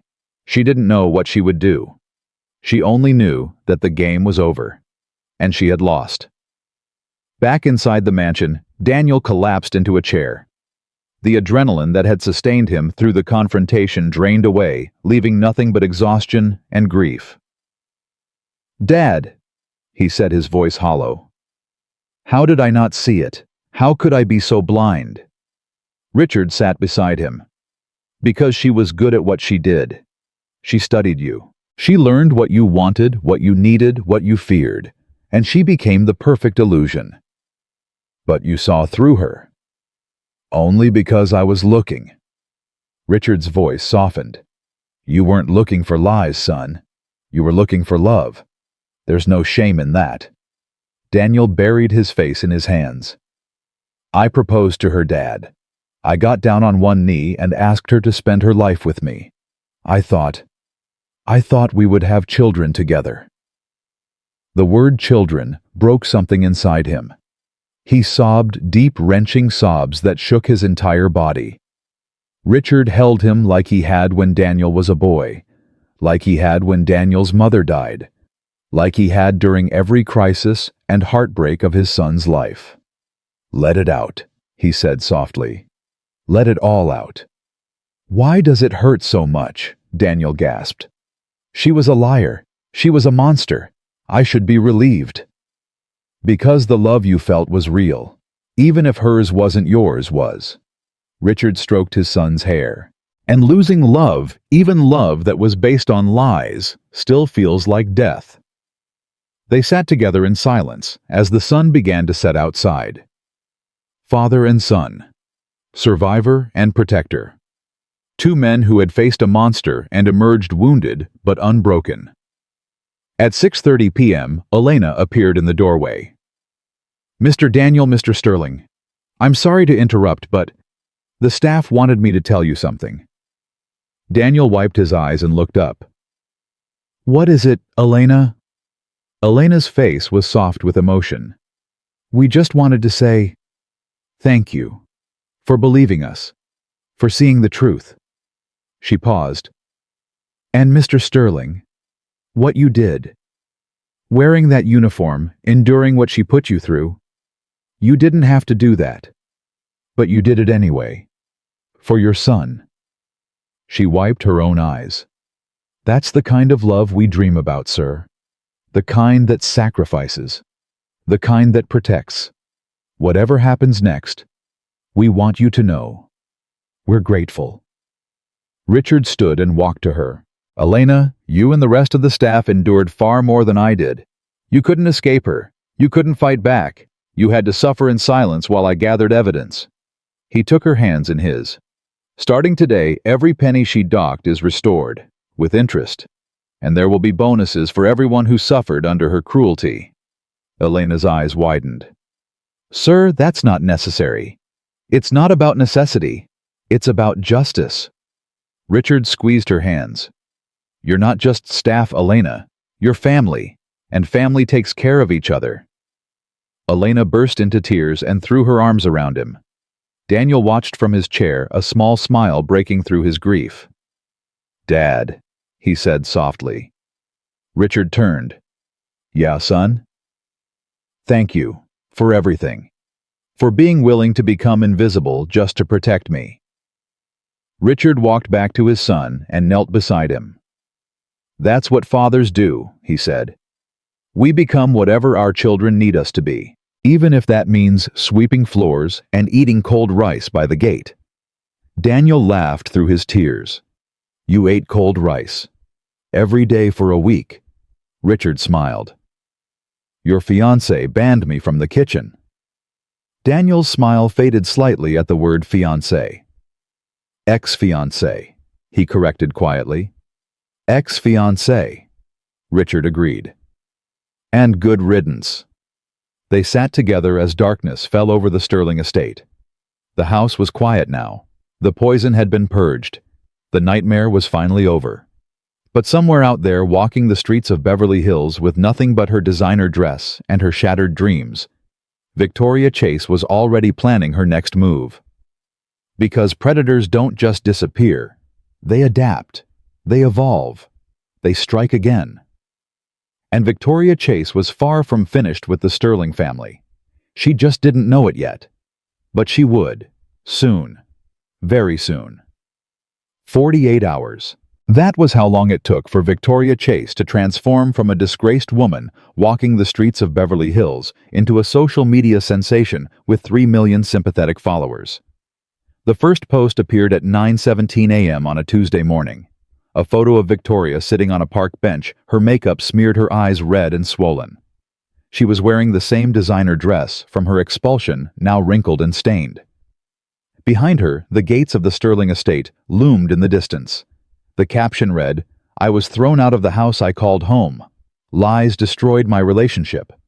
The Sterling family used their money and power to silence me. But the truth will come out." Justice for Victoria. Within 6 hours, the post had gone viral. Comments flooded in from strangers who had never met her, never heard her confessions, never seen the evidence of her crimes. Rich men always discard women like garbage. She was used and thrown away. The billionaire class thinks they can destroy anyone who gets in their way. Stay strong, Victoria. We believe you.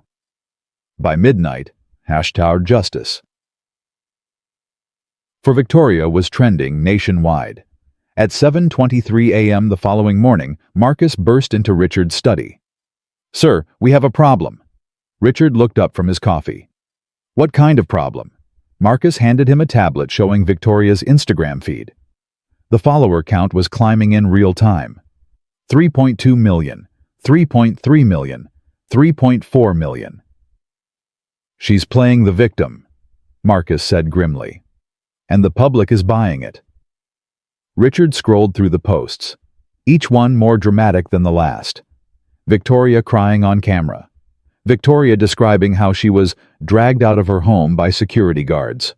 Victoria claiming she was silenced and threatened by the Sterling family. "This is insane," Richard muttered. "She's lying. Every word is a lie." "The public doesn't know that, sir. They only see a beautiful woman who was apparently wronged by a billionaire family." Richard's jaw tightened. "Where's Daniel?" "In his room, sir. He hasn't come out since yesterday morning." At 8:15 a.m., Richard knocked on his son's door. No answer. "Daniel, open up!" Silence. Richard tried the handle. Locked. "Son, I know you're in there. We need to talk." A long pause. Then Daniel's voice, hollow and distant. "Go away, Dad." "I'm not going anywhere." Richard leaned against the door. "Victoria's all over social media. She's turning this into a circus. If we don't respond, I don't care." The words hit Richard like a slap. "You don't care. Son, she's painting you as the villain. She's telling the world that you destroyed her." "Then let her." "Daniel, what difference does it make?" Daniel's voice cracked. "Everyone I know saw our relationship. Everyone congratulated me on finding the perfect woman. Everyone told me how lucky I was." Richard heard something break inside the room. "Do you know what they're going to say now? They're going to say I was stupid. They're going to say I should have known. They're going to look at me with pity and whisper behind my back for the rest of my life. That's not. I loved her, Dad." Daniel's voice broke completely. "I actually loved her, and now the whole world is going to know that my love was a joke." Richard pressed his palm against the door. "Your love wasn't a joke, son. It was real. She was the fraud, not you." "It doesn't matter." Daniel laughed bitterly. "The story writes itself. Naive billionaire's son gets fooled by gold digger. It's practically a cliché." "Then we change the story." Silence from the other side. "What? We change the story." Richard's voice hardened with determination. "Victoria wants to play the victim, fine. Let her play. But when we're done, the whole world will know exactly who she really is." The lock clicked, the door opened. Daniel stood there, his eyes red, his face haggard, his clothes rumpled from days of not changing. "How?" he asked quietly. "She's got millions of followers already. The media is eating up her story. How do we fight that?" Richard smiled grimly. "The same way I've won every battle in my life, son. With the truth, and with timing." At 10:34 a.m., Richard called an emergency meeting with his legal team. 8 lawyers crowded into the conference room, their faces grim as they reviewed the situation. "She's threatening to sue," the lead attorney William Foster announced. "Defamation, emotional distress, wrongful removal from residence. She's asking for $50 million in damages." Daniel laughed bitterly. $50 million. That's almost as much as she was planning to steal in the divorce. "It's a shakedown," Foster continued. "Classic strategy. Make enough noise publicly, threaten enough privately, and hope the target pays to make it go away." Richard's eyes narrowed. "And if we don't pay?" "Then she takes it to court. Discovery process, depositions, months, maybe years of legal battles." Foster paused. "And more importantly, more headlines, more sympathy, more damage to the Sterling reputation. So she wins either way." "That's her calculation, yes." Richard stood and walked to the window, his mind racing. What if we don't wait for her lawsuit? What if we strike first? Foster frowned. Strike first, how? A press conference, public, recorded, live streamed to the world. Richard turned to face the room. We release the evidence, all of it, every video, every recording, every documented incident. Sir, that's extremely risky. If we make accusations publicly and she can't somehow anything. Richard's voice was steel. I have 847 documented incidents, 6 hours of video, Audio recordings of her confessing her plans. The evidence is overwhelming and undeniable. Daniel looked up. You want to expose her? Completely. I want the world to see what we saw. Richard walked back to the table. Victoria Chase thinks she can manipulate public opinion with tears and lies. Let's see how well those tears work when the public hears her saying, "I hate Daniel Sterling," in her own voice. Foster exchanged glances with the other lawyers. It could work, he admitted slowly. If the evidence is as comprehensive as you say, it's more than comprehensive. Richard pulled out his phone and played a clip. Victoria's drunken voice filled the room. I'm going to marry Daniel Sterling. I'm going to smile and wave and play the perfect wife. And then when the time is right, I'm going to take everything he has. The lawyers listened in stunned silence. There's more, Richard said. Much more. Hours of this. Her cruelty toward the staff, her affairs, her threats, her plans. Foster nodded slowly. If you release this, her career as a professional victim ends in one afternoon. At 2:15 p.m., Victoria held her own press conference. She stood before a wall of cameras dressed in simple white, her makeup, minimal, her eyes, strategically glistening with unshed tears. Thank you all for coming, she began, her voice trembling perfectly. I know there have been many questions about what happened at the Sterling estate. Today, I want to share my truth. She paused for effect. For 6 months, I loved Daniel Sterling with my whole heart. I gave up my career, my friends, my independence to build a life with him. I thought we were going to be married. I thought I had found my forever. A tear slid down her cheek. But I was wrong. She dabbed at her eyes with a tissue. What the Sterling family doesn't want you to know is that Richard Sterling, Daniel's father, has been trying to destroy our relationship from the beginning. He disapproved of me because I didn't come from money, because I wasn't part of their elite circle. Reporters scribbled furiously. 3 weeks ago, while Daniel was away on business, Mr. Sterling sent a man to spy on me, to follow me, to harass me in my own home. She shuddered visibly. This man, this stranger, watched my every move. He lurked outside my bedroom. He photographed me without my knowledge. And when I confronted him, when I defended myself, Richard Sterling used it as an excuse to have me thrown out. A reporter raised her hand. Miss Chase, the Sterling family claims to have evidence of infidelity. How do you respond? Victoria's face hardened just slightly before resuming its mask of grief. Any so-called evidence has been fabricated or taken out of context. I was faithful to Daniel. The visitors they claim came to the house were my friends, my female friends who came to support me during a difficult time. And the male visitors, service workers, delivery people, men I exchanged 2 words with. Victoria's voice rose with indignation. Richard Sterling is using his money and power to twist innocent interactions into something sinister. She looked directly into the cameras. I am not the villain in this story. I am a woman who loved too much and trusted the wrong family.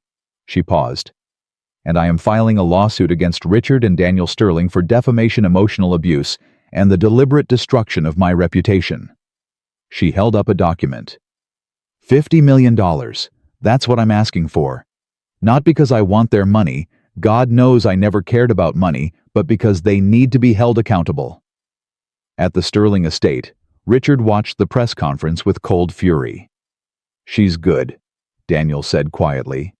I'll give her that. She's a performer. Richard muted the television. But performances only work when the audience doesn't know it's an act. When do we release the evidence? Richard checked his watch. 3:47 p.m. Tomorrow morning, 10 a.m., the Beverly Wilshire Hotel.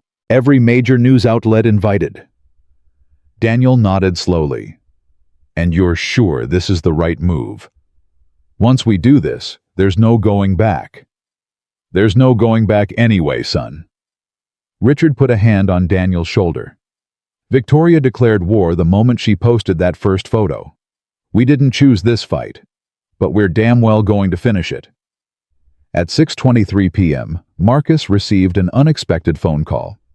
Sir, there's a situation. Richard looked up from his dinner. What kind of situation? One of Victoria's supporters has organized a protest outside the estate. About 50 people with signs. Daniel pushed back from the table. A protest. Are you serious? Very serious, sir.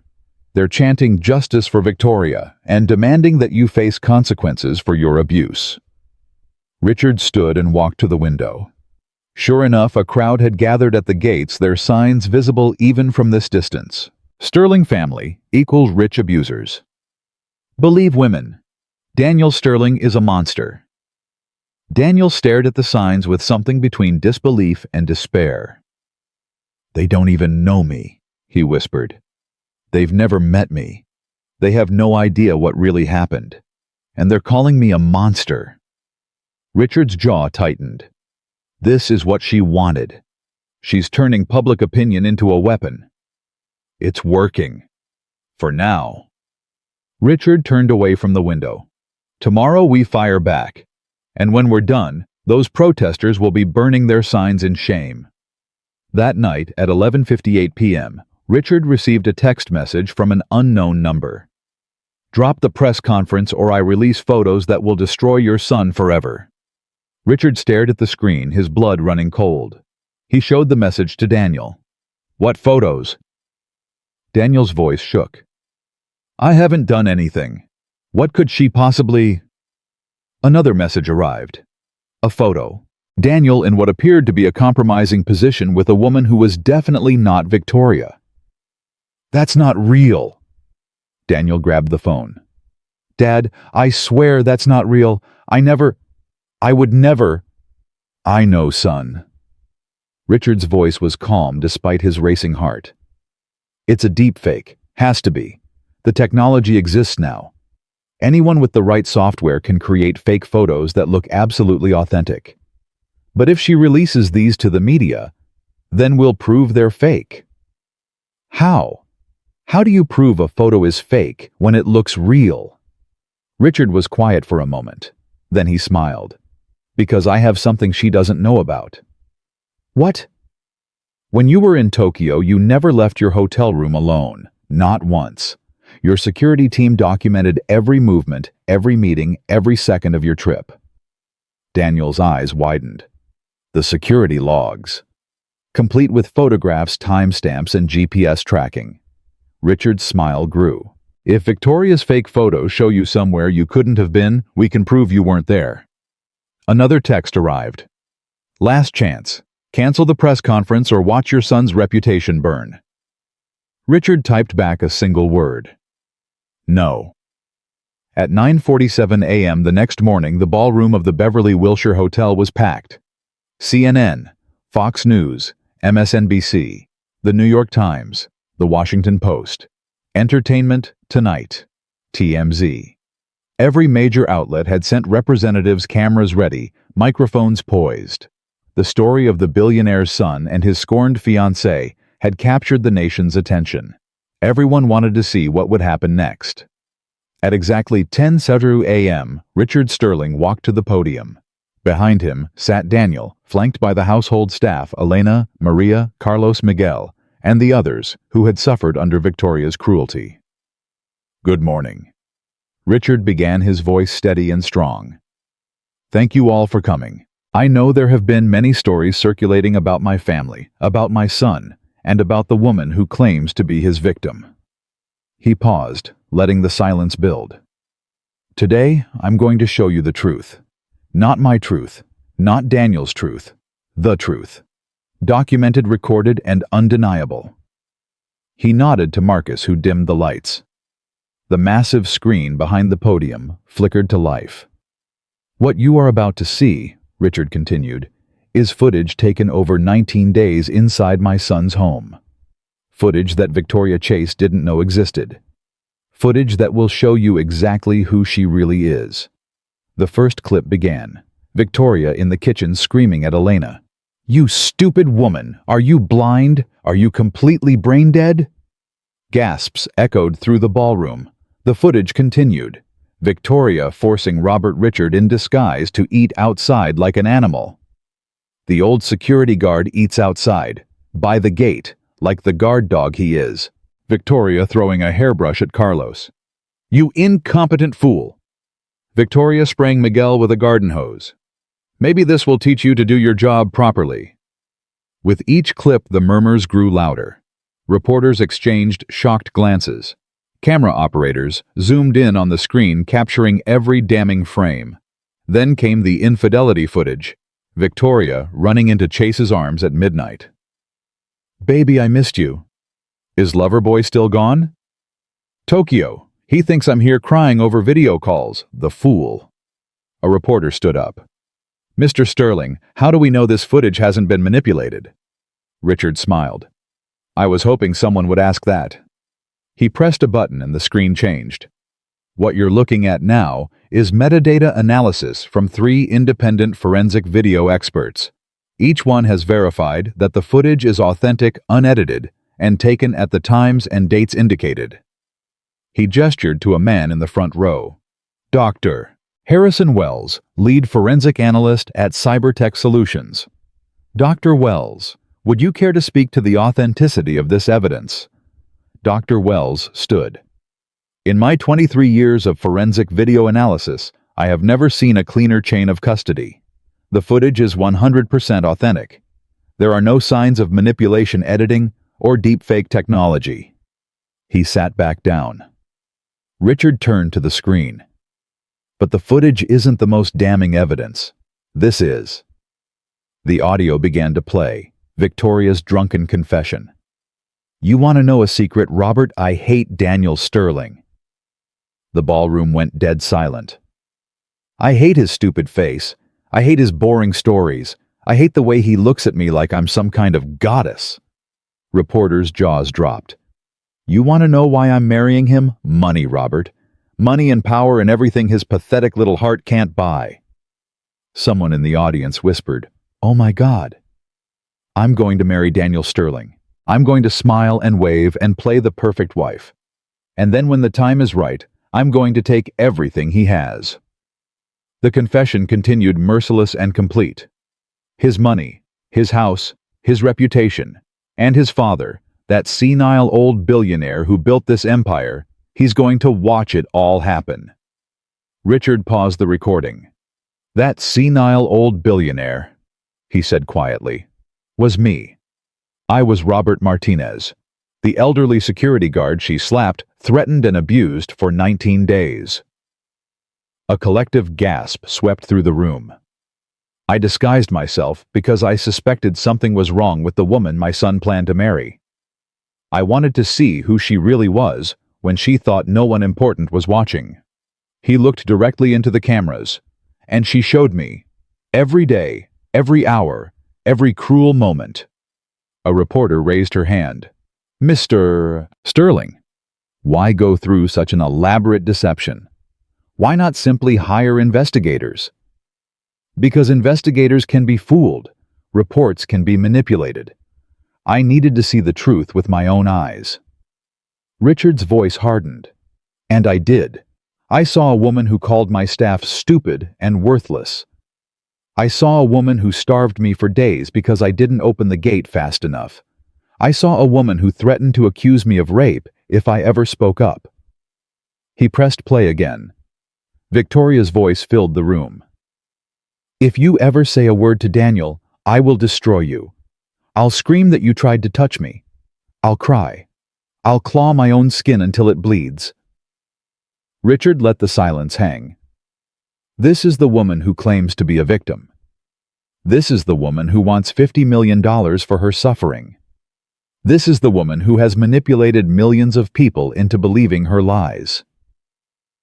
He turned to the staff sitting behind him. But there are other victims in this story. Real victims. People who couldn't fight back.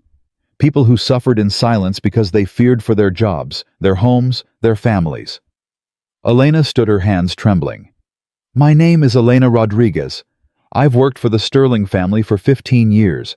Miss Victoria docked my pay for making her coffee wrong. My children went hungry that week because of her." Maria stood next. "My name is Maria Santos. She threw my cooking on the floor and made me remake her meals 4 times in one day. She screamed at me until I cried." Carlos stood. "My name is Carlos Mendez. She threw a hairbrush at my face and left a bruise. She threatened to say I attacked her if I told anyone." One by one they stood. Miguel, the maids, the gardener, each sharing their story, each adding weight to the evidence. By the time the last person sat down, several reporters were wiping their eyes. Richard returned to the podium. "Victoria Chase is not a victim. She is a predator. She targeted my son because of his wealth and his kind heart.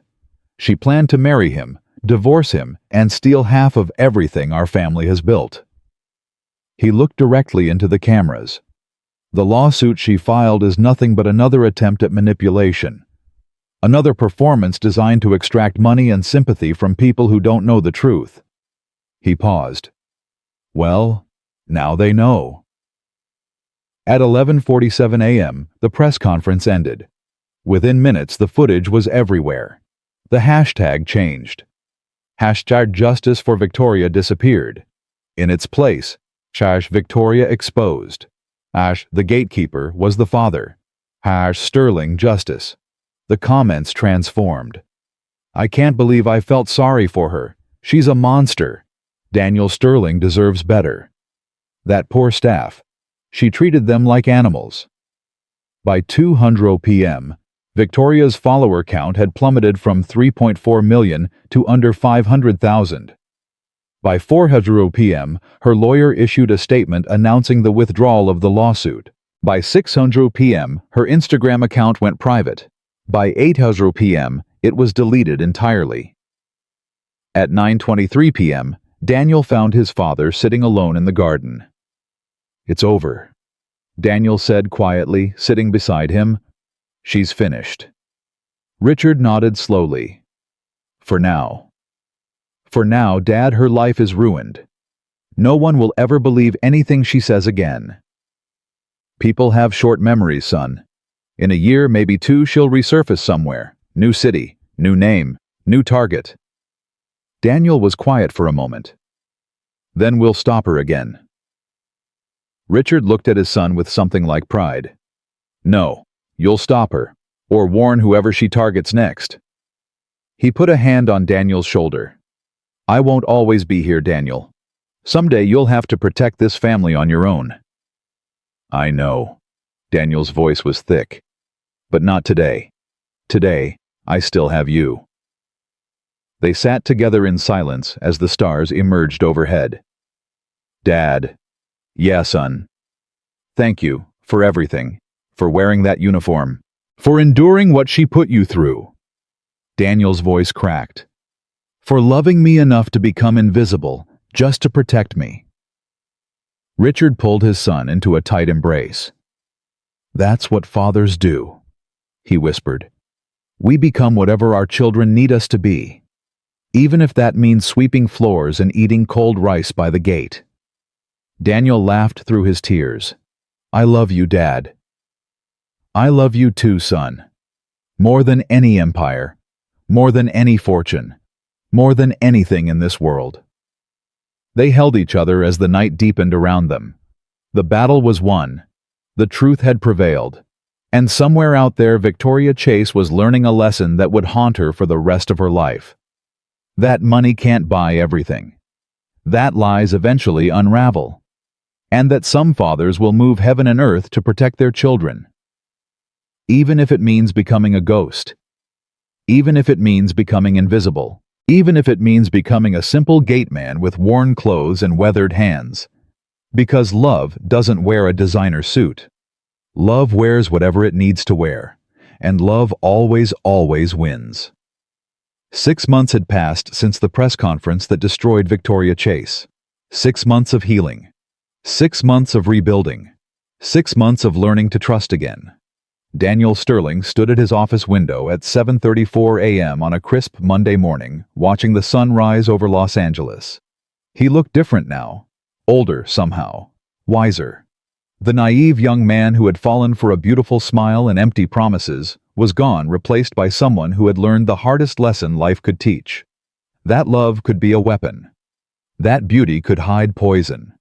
That the people closest to you could be the ones planning your destruction. His phone buzzed.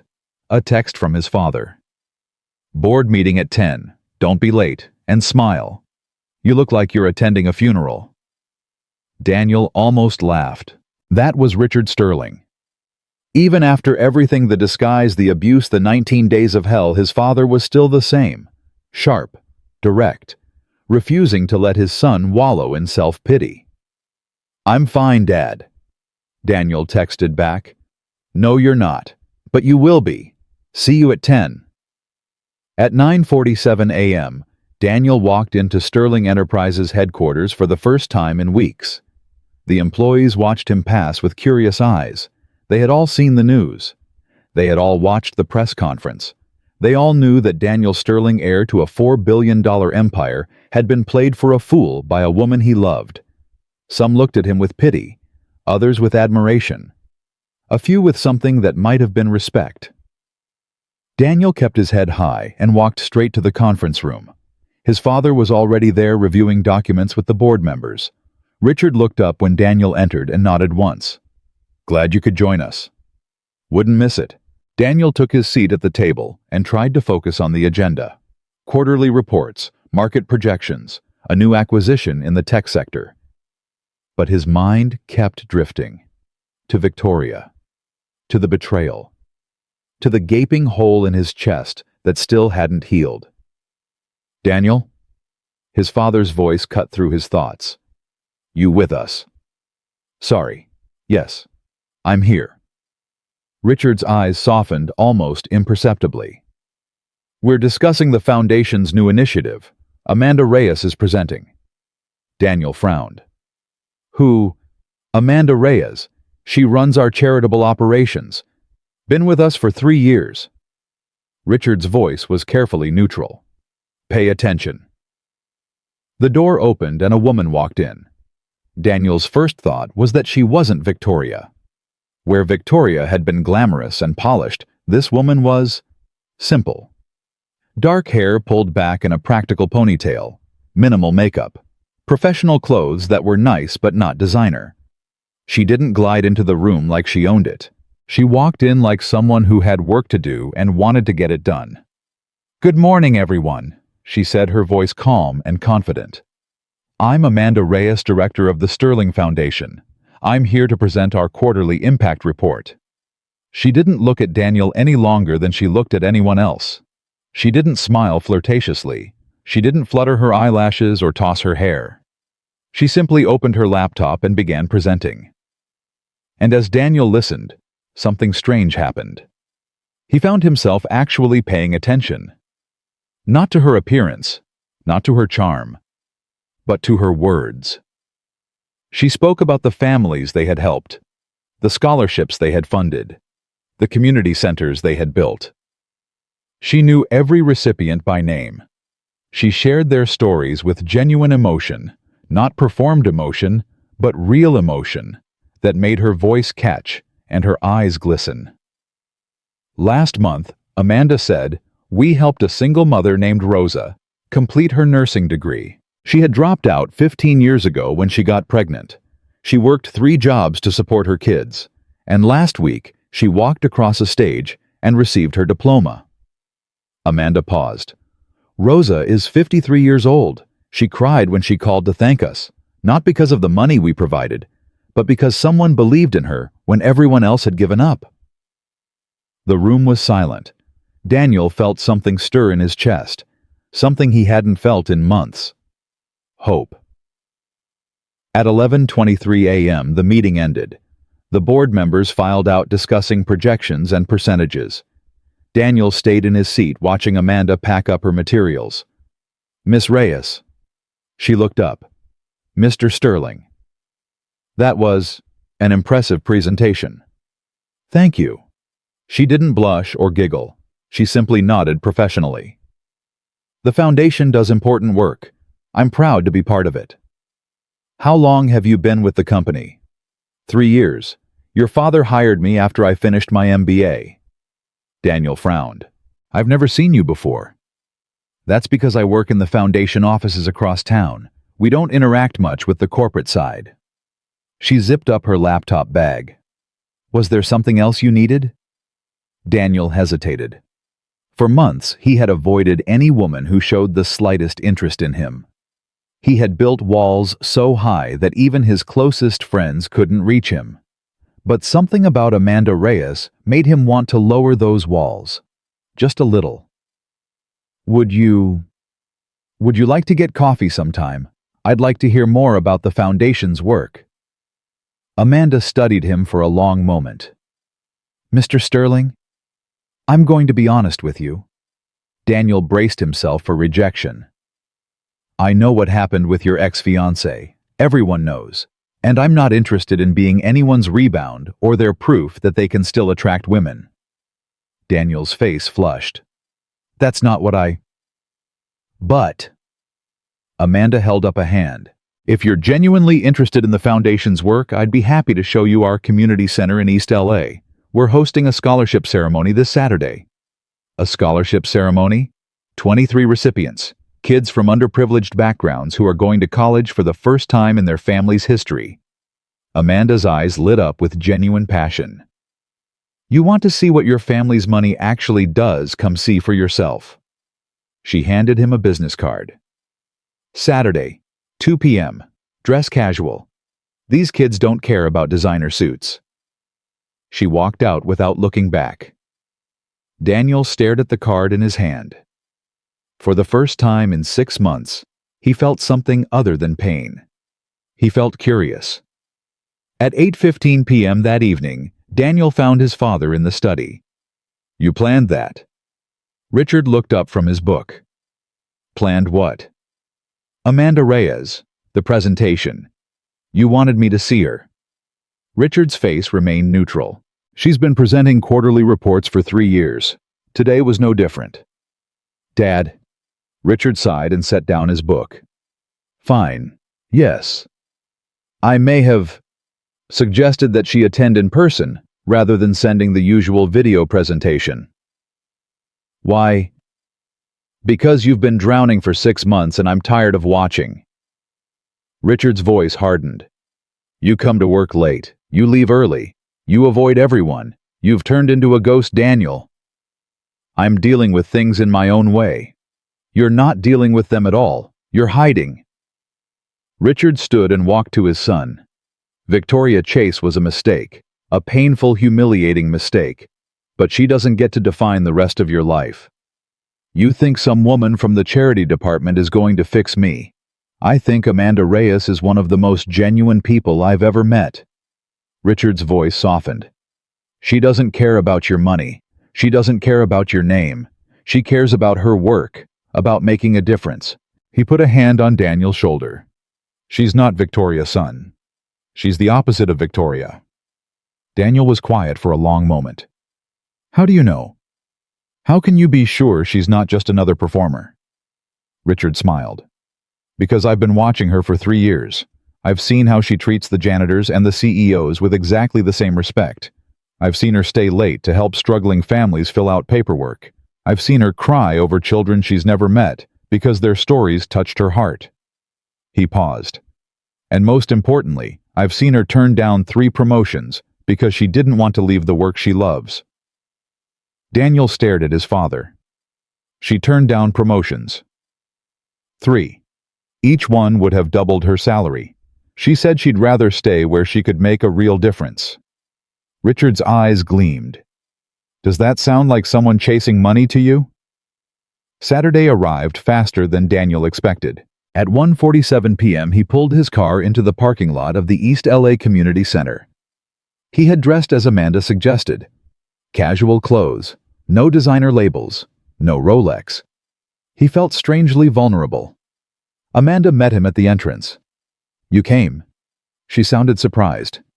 You invited me. I invite a lot of people. Most don't show up. She studied his outfit and nodded approvingly. Good, you listened. Come on, The ceremony starts in 15 minutes. She led him through the center past classrooms and activity rooms and a gymnasium where children played basketball. People greeted her by name. Kids ran up to hug her. Elderly volunteers smiled and waved. Everyone knew Amanda Reyes. Everyone loved Amanda Reyes, and she knew everyone right back. "Mrs. Patterson," Amanda called out to an elderly woman.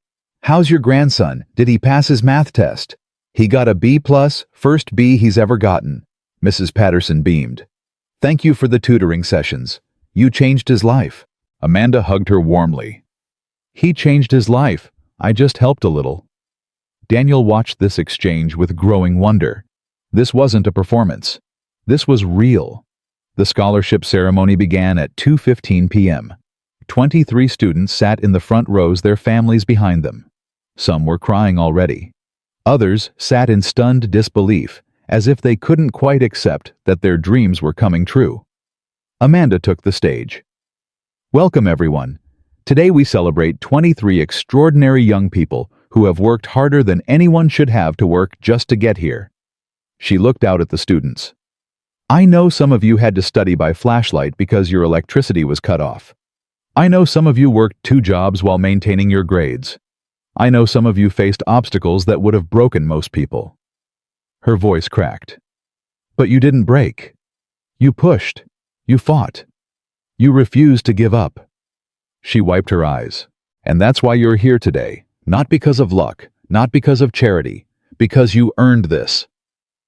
One by one, she called the students to the stage, and for each one she shared something personal, their story, their struggle, their triumph. Maria Gonzalez, first in her family to graduate high school, first to apply to college. She's going to be a doctor because she watched her grandmother die without proper medical care and swore it would never happen to anyone else if she could help it. Maria walked to the stage, tears streaming down her face. Amanda hugged her like a sister. James Washington. His mother works 3 jobs to support 5 kids. James taught himself to code on a library computer and won a national programming competition.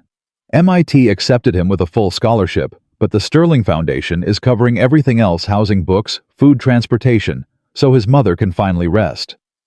James's mother collapsed in sobs. Daniel felt his own eyes burning. Sophia Chen. Her family came to this country with nothing. They lived in a 1-room apartment for 3 years. Sophia worked at her parents' restaurant every day after school, but she still graduated valedictorian.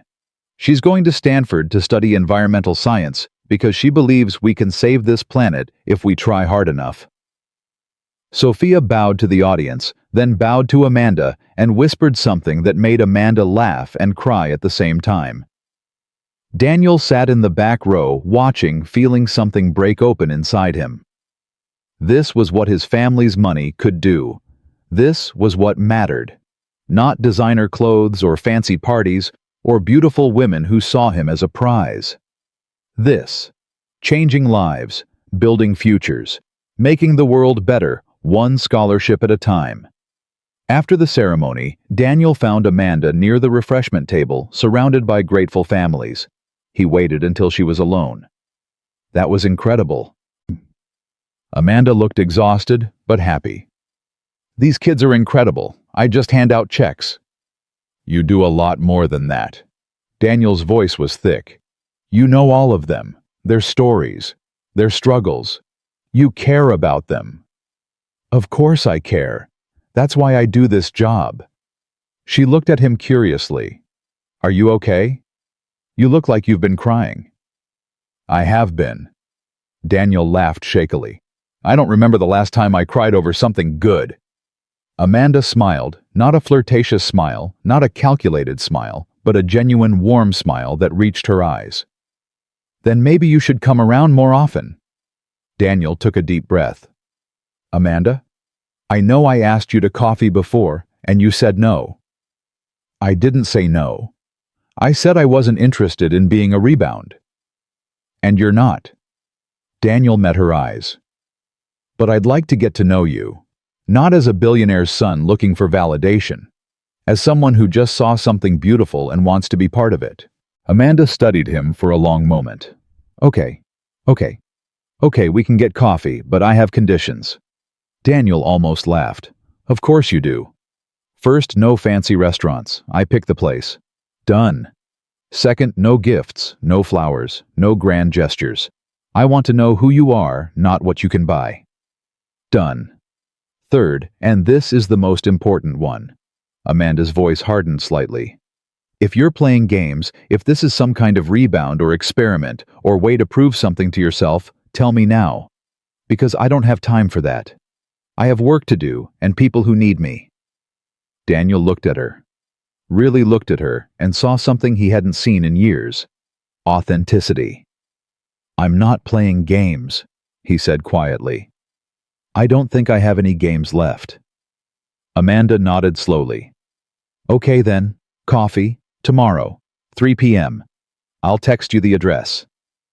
She walked away to say goodbye to the families, leaving Daniel standing alone with a feeling he couldn't quite name. It felt like hope.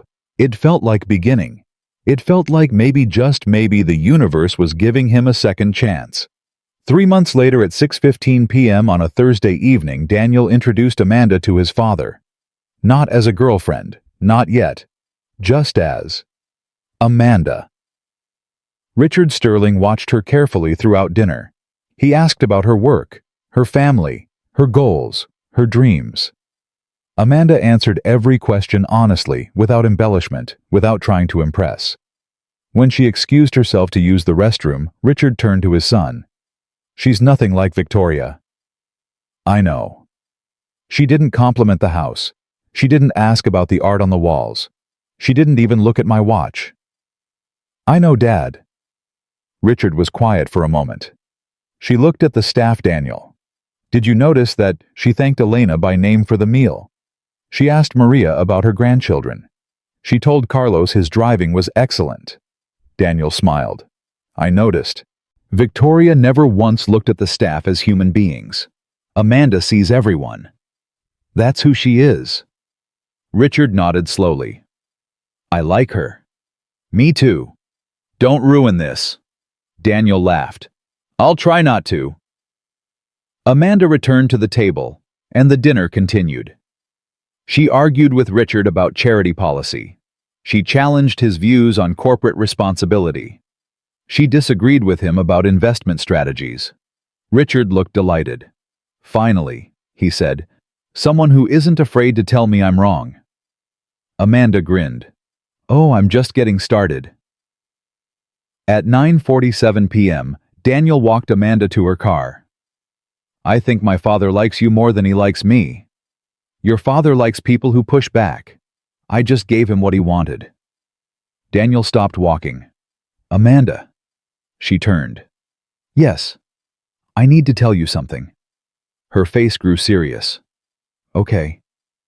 These past 3 months, I've been waiting for something bad to happen. Waiting for you to show your true colors. Waiting for the mask to slip. He took a deep breath.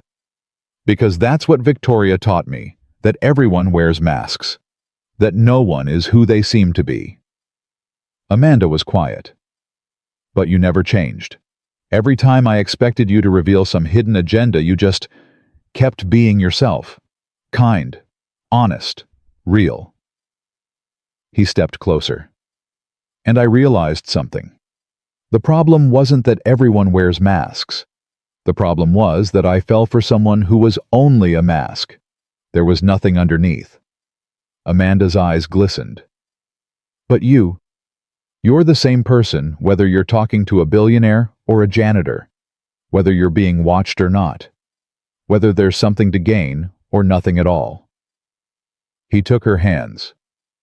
I'm falling in love with you, Amanda. And it terrifies me. Because the last time I fell in love, it almost destroyed my family. Amanda squeezed his hands. I'm not Victoria. I know. I don't care about your money, or your name, or your houses, or your cars. I know. I care about who you are, and who you are is someone who sat in the back of a scholarship ceremony and cried because he saw something beautiful. She stepped closer.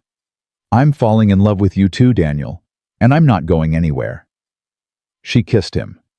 It wasn't like kissing Victoria. Victoria's kisses had been performances perfectly executed, strategically placed, designed to create an effect. Amanda's kiss was real.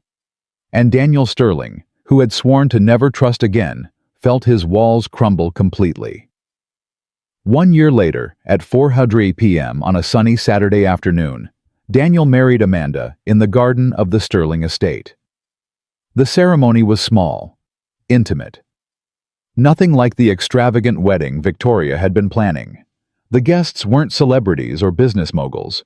They were the scholarship recipients Amanda had helped, the families she had supported, the staff members she had befriended.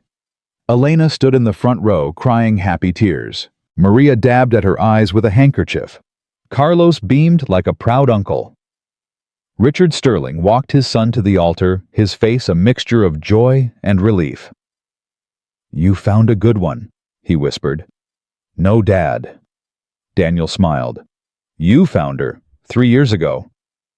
Richard laughed. "I suppose I did."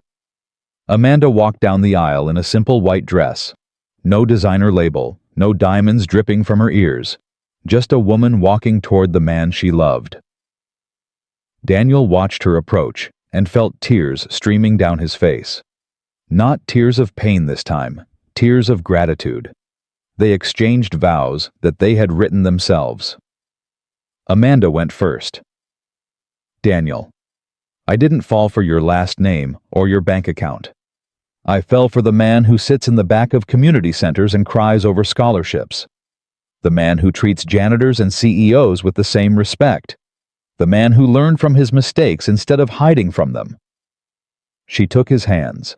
"I promise to always tell you the truth, even when it's hard. I promise to treat everyone in your life with dignity, whether they're billionaires or gardeners. And I promise to love you not for what you have, but for who you are." Daniel's voice shook as he spoke. "Amanda, I spent years chasing an illusion. I thought love was supposed to be blinding. But real love, I've learned, opens your eyes. It makes you see clearly not just the good, but the hard truths too." He squeezed her hands. "You challenged me when I was wrong. You humbled me when I was proud. And you loved me when I was broken." He glanced at his father in the front row. "A year ago, my father disguised himself as a security guard to protect me from a woman who would have destroyed everything. She failed. But that test taught me something." He turned back to Amanda. "True character is revealed in how we treat people who can do nothing for us. You passed every test, not because you tried to impress anyone, but because you didn't know you were being watched. And that's who you are. That's who you really are." He lifted her hands to his lips. "I want to spend my life becoming worthy of you." The minister pronounced them husband and wife. Daniel kissed his bride, and the crowd erupted in cheers. At the reception, Richard stood to give a toast. 2 years ago, I wore a security guard's uniform and swept floors in my own son's house. I was called stupid, useless, worthless. I was threatened, starved, and slapped. The room fell silent. I did it because I loved my son too much to let him walk blindly into disaster. Richard looked at Amanda. "Today, I look at my daughter-in-law, and I see everything Victoria wasn't." He raised his glass. "To Daniel and Amanda, may your love be built on truth. May your home be filled with laughter. And may you never forget that the measure of a person's character is not how they treat kings, but how they treat servants." The guests raised their glasses. To Daniel and Amanda. Later that evening, Daniel found his father sitting alone in the garden. "Thank you, Dad." Richard looked up. "For what?" "For everything. For becoming invisible to protect me. For never giving up on me. For finding Amanda when I couldn't find myself." Richard smiled. "That's what fathers do. We become whatever our children need us to be." Daniel sat beside him. "I used to think the worst thing that ever happened to me was Victoria. The betrayal, the humiliation, the public exposure of my stupidity. And now I think it might have been the best thing." Daniel looked at his new wife laughing with the scholarship students across the garden. Because if Victoria hadn't shown me what fake love looks like, I might never have recognized the real thing. Richard nodded slowly. Pain is a teacher, son. The cruelest teacher. But sometimes the only one we'll listen to. They sat in comfortable silence for a moment. Dad? Yeah. What happened to Victoria after everything? Richard's face darkened slightly. Last I heard, she moved to Miami, changed her name, started over. He paused. She's engaged again, to a real estate developer. Daniel felt a chill. Does he know? I sent him the files. Everything. The videos. The recordings. The documentation. And he didn't believe me. Richard shrugged sadly.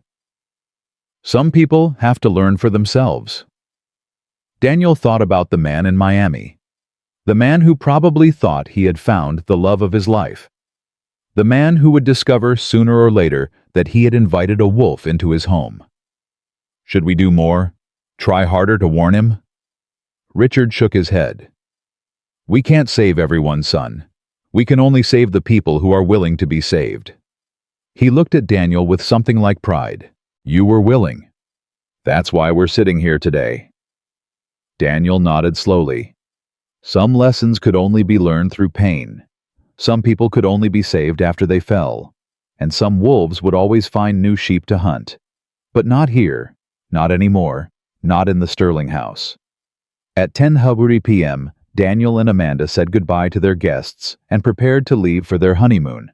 Elena hugged them both. You two are perfect together. I've never seen Mr. Daniel so happy. Amanda hugged her back warmly. Thank you, Elena, for everything, for welcoming me into this family. You welcomed yourself, Elena said, wiping her eyes, by being exactly who you are. Carlos drove them to the airport. Congratulations, Mr. and Mrs. Sterling. Amanda laughed. Please, Carlos, just call me Amanda. Yes, ma'am, Amanda. He grinned in the rearview mirror. Have a wonderful honeymoon. On the plane, Daniel looked at his wife. His wife. The word still felt unreal. You know what I keep thinking about, he said. What? That day at the press conference, when my father revealed who he really was. The look on Victoria's face when she realized the old security guard she had abused was actually the billionaire she was trying to impress. Amanda took his hand. That must have been terrifying for her. It was justice. Daniel's voice hardened slightly. She spent 19 days treating him like garbage because she thought he was powerless, and then she discovered he had all the power in the world. Your father is an incredible man. He is. Daniel smiled. But you know what I learned from him, from that whole experience. What? That true character isn't revealed when people are watching. It's revealed when they think no one is watching. He squeezed her hand. Victoria treated the security guard like dirt because she thought it didn't matter. But it mattered more than anything. Amanda nodded. That's why I fell for you, you know. Daniel looked surprised. What do you mean? The day you came to the community center. You didn't know anyone was watching. You didn't know I was testing you. Amanda smiled. But I saw how you talked to Mrs. Patterson. How you listened to the students' stories. How you cried in the back row because you were genuinely moved. She leaned her head on his shoulder. That's when I knew you were different. Not because of what you said, but because of what you did when you thought no one important was looking. Daniel kissed the top of her head. I love you. I love you too. The plane lifted off, carrying them toward their future. Behind them, the Sterling estate glowed in the darkness. Richard Sterling stood at his window watching the lights disappear into the sky. His son was safe. His family was whole. The poison had been purged. And somewhere in the night, a new chapter was beginning. Not a chapter of betrayal and deception. A chapter of truth and love and second chances. The story of the billionaire gatekeeper had come to an end, but the story of Daniel and Amanda Sterling was just beginning.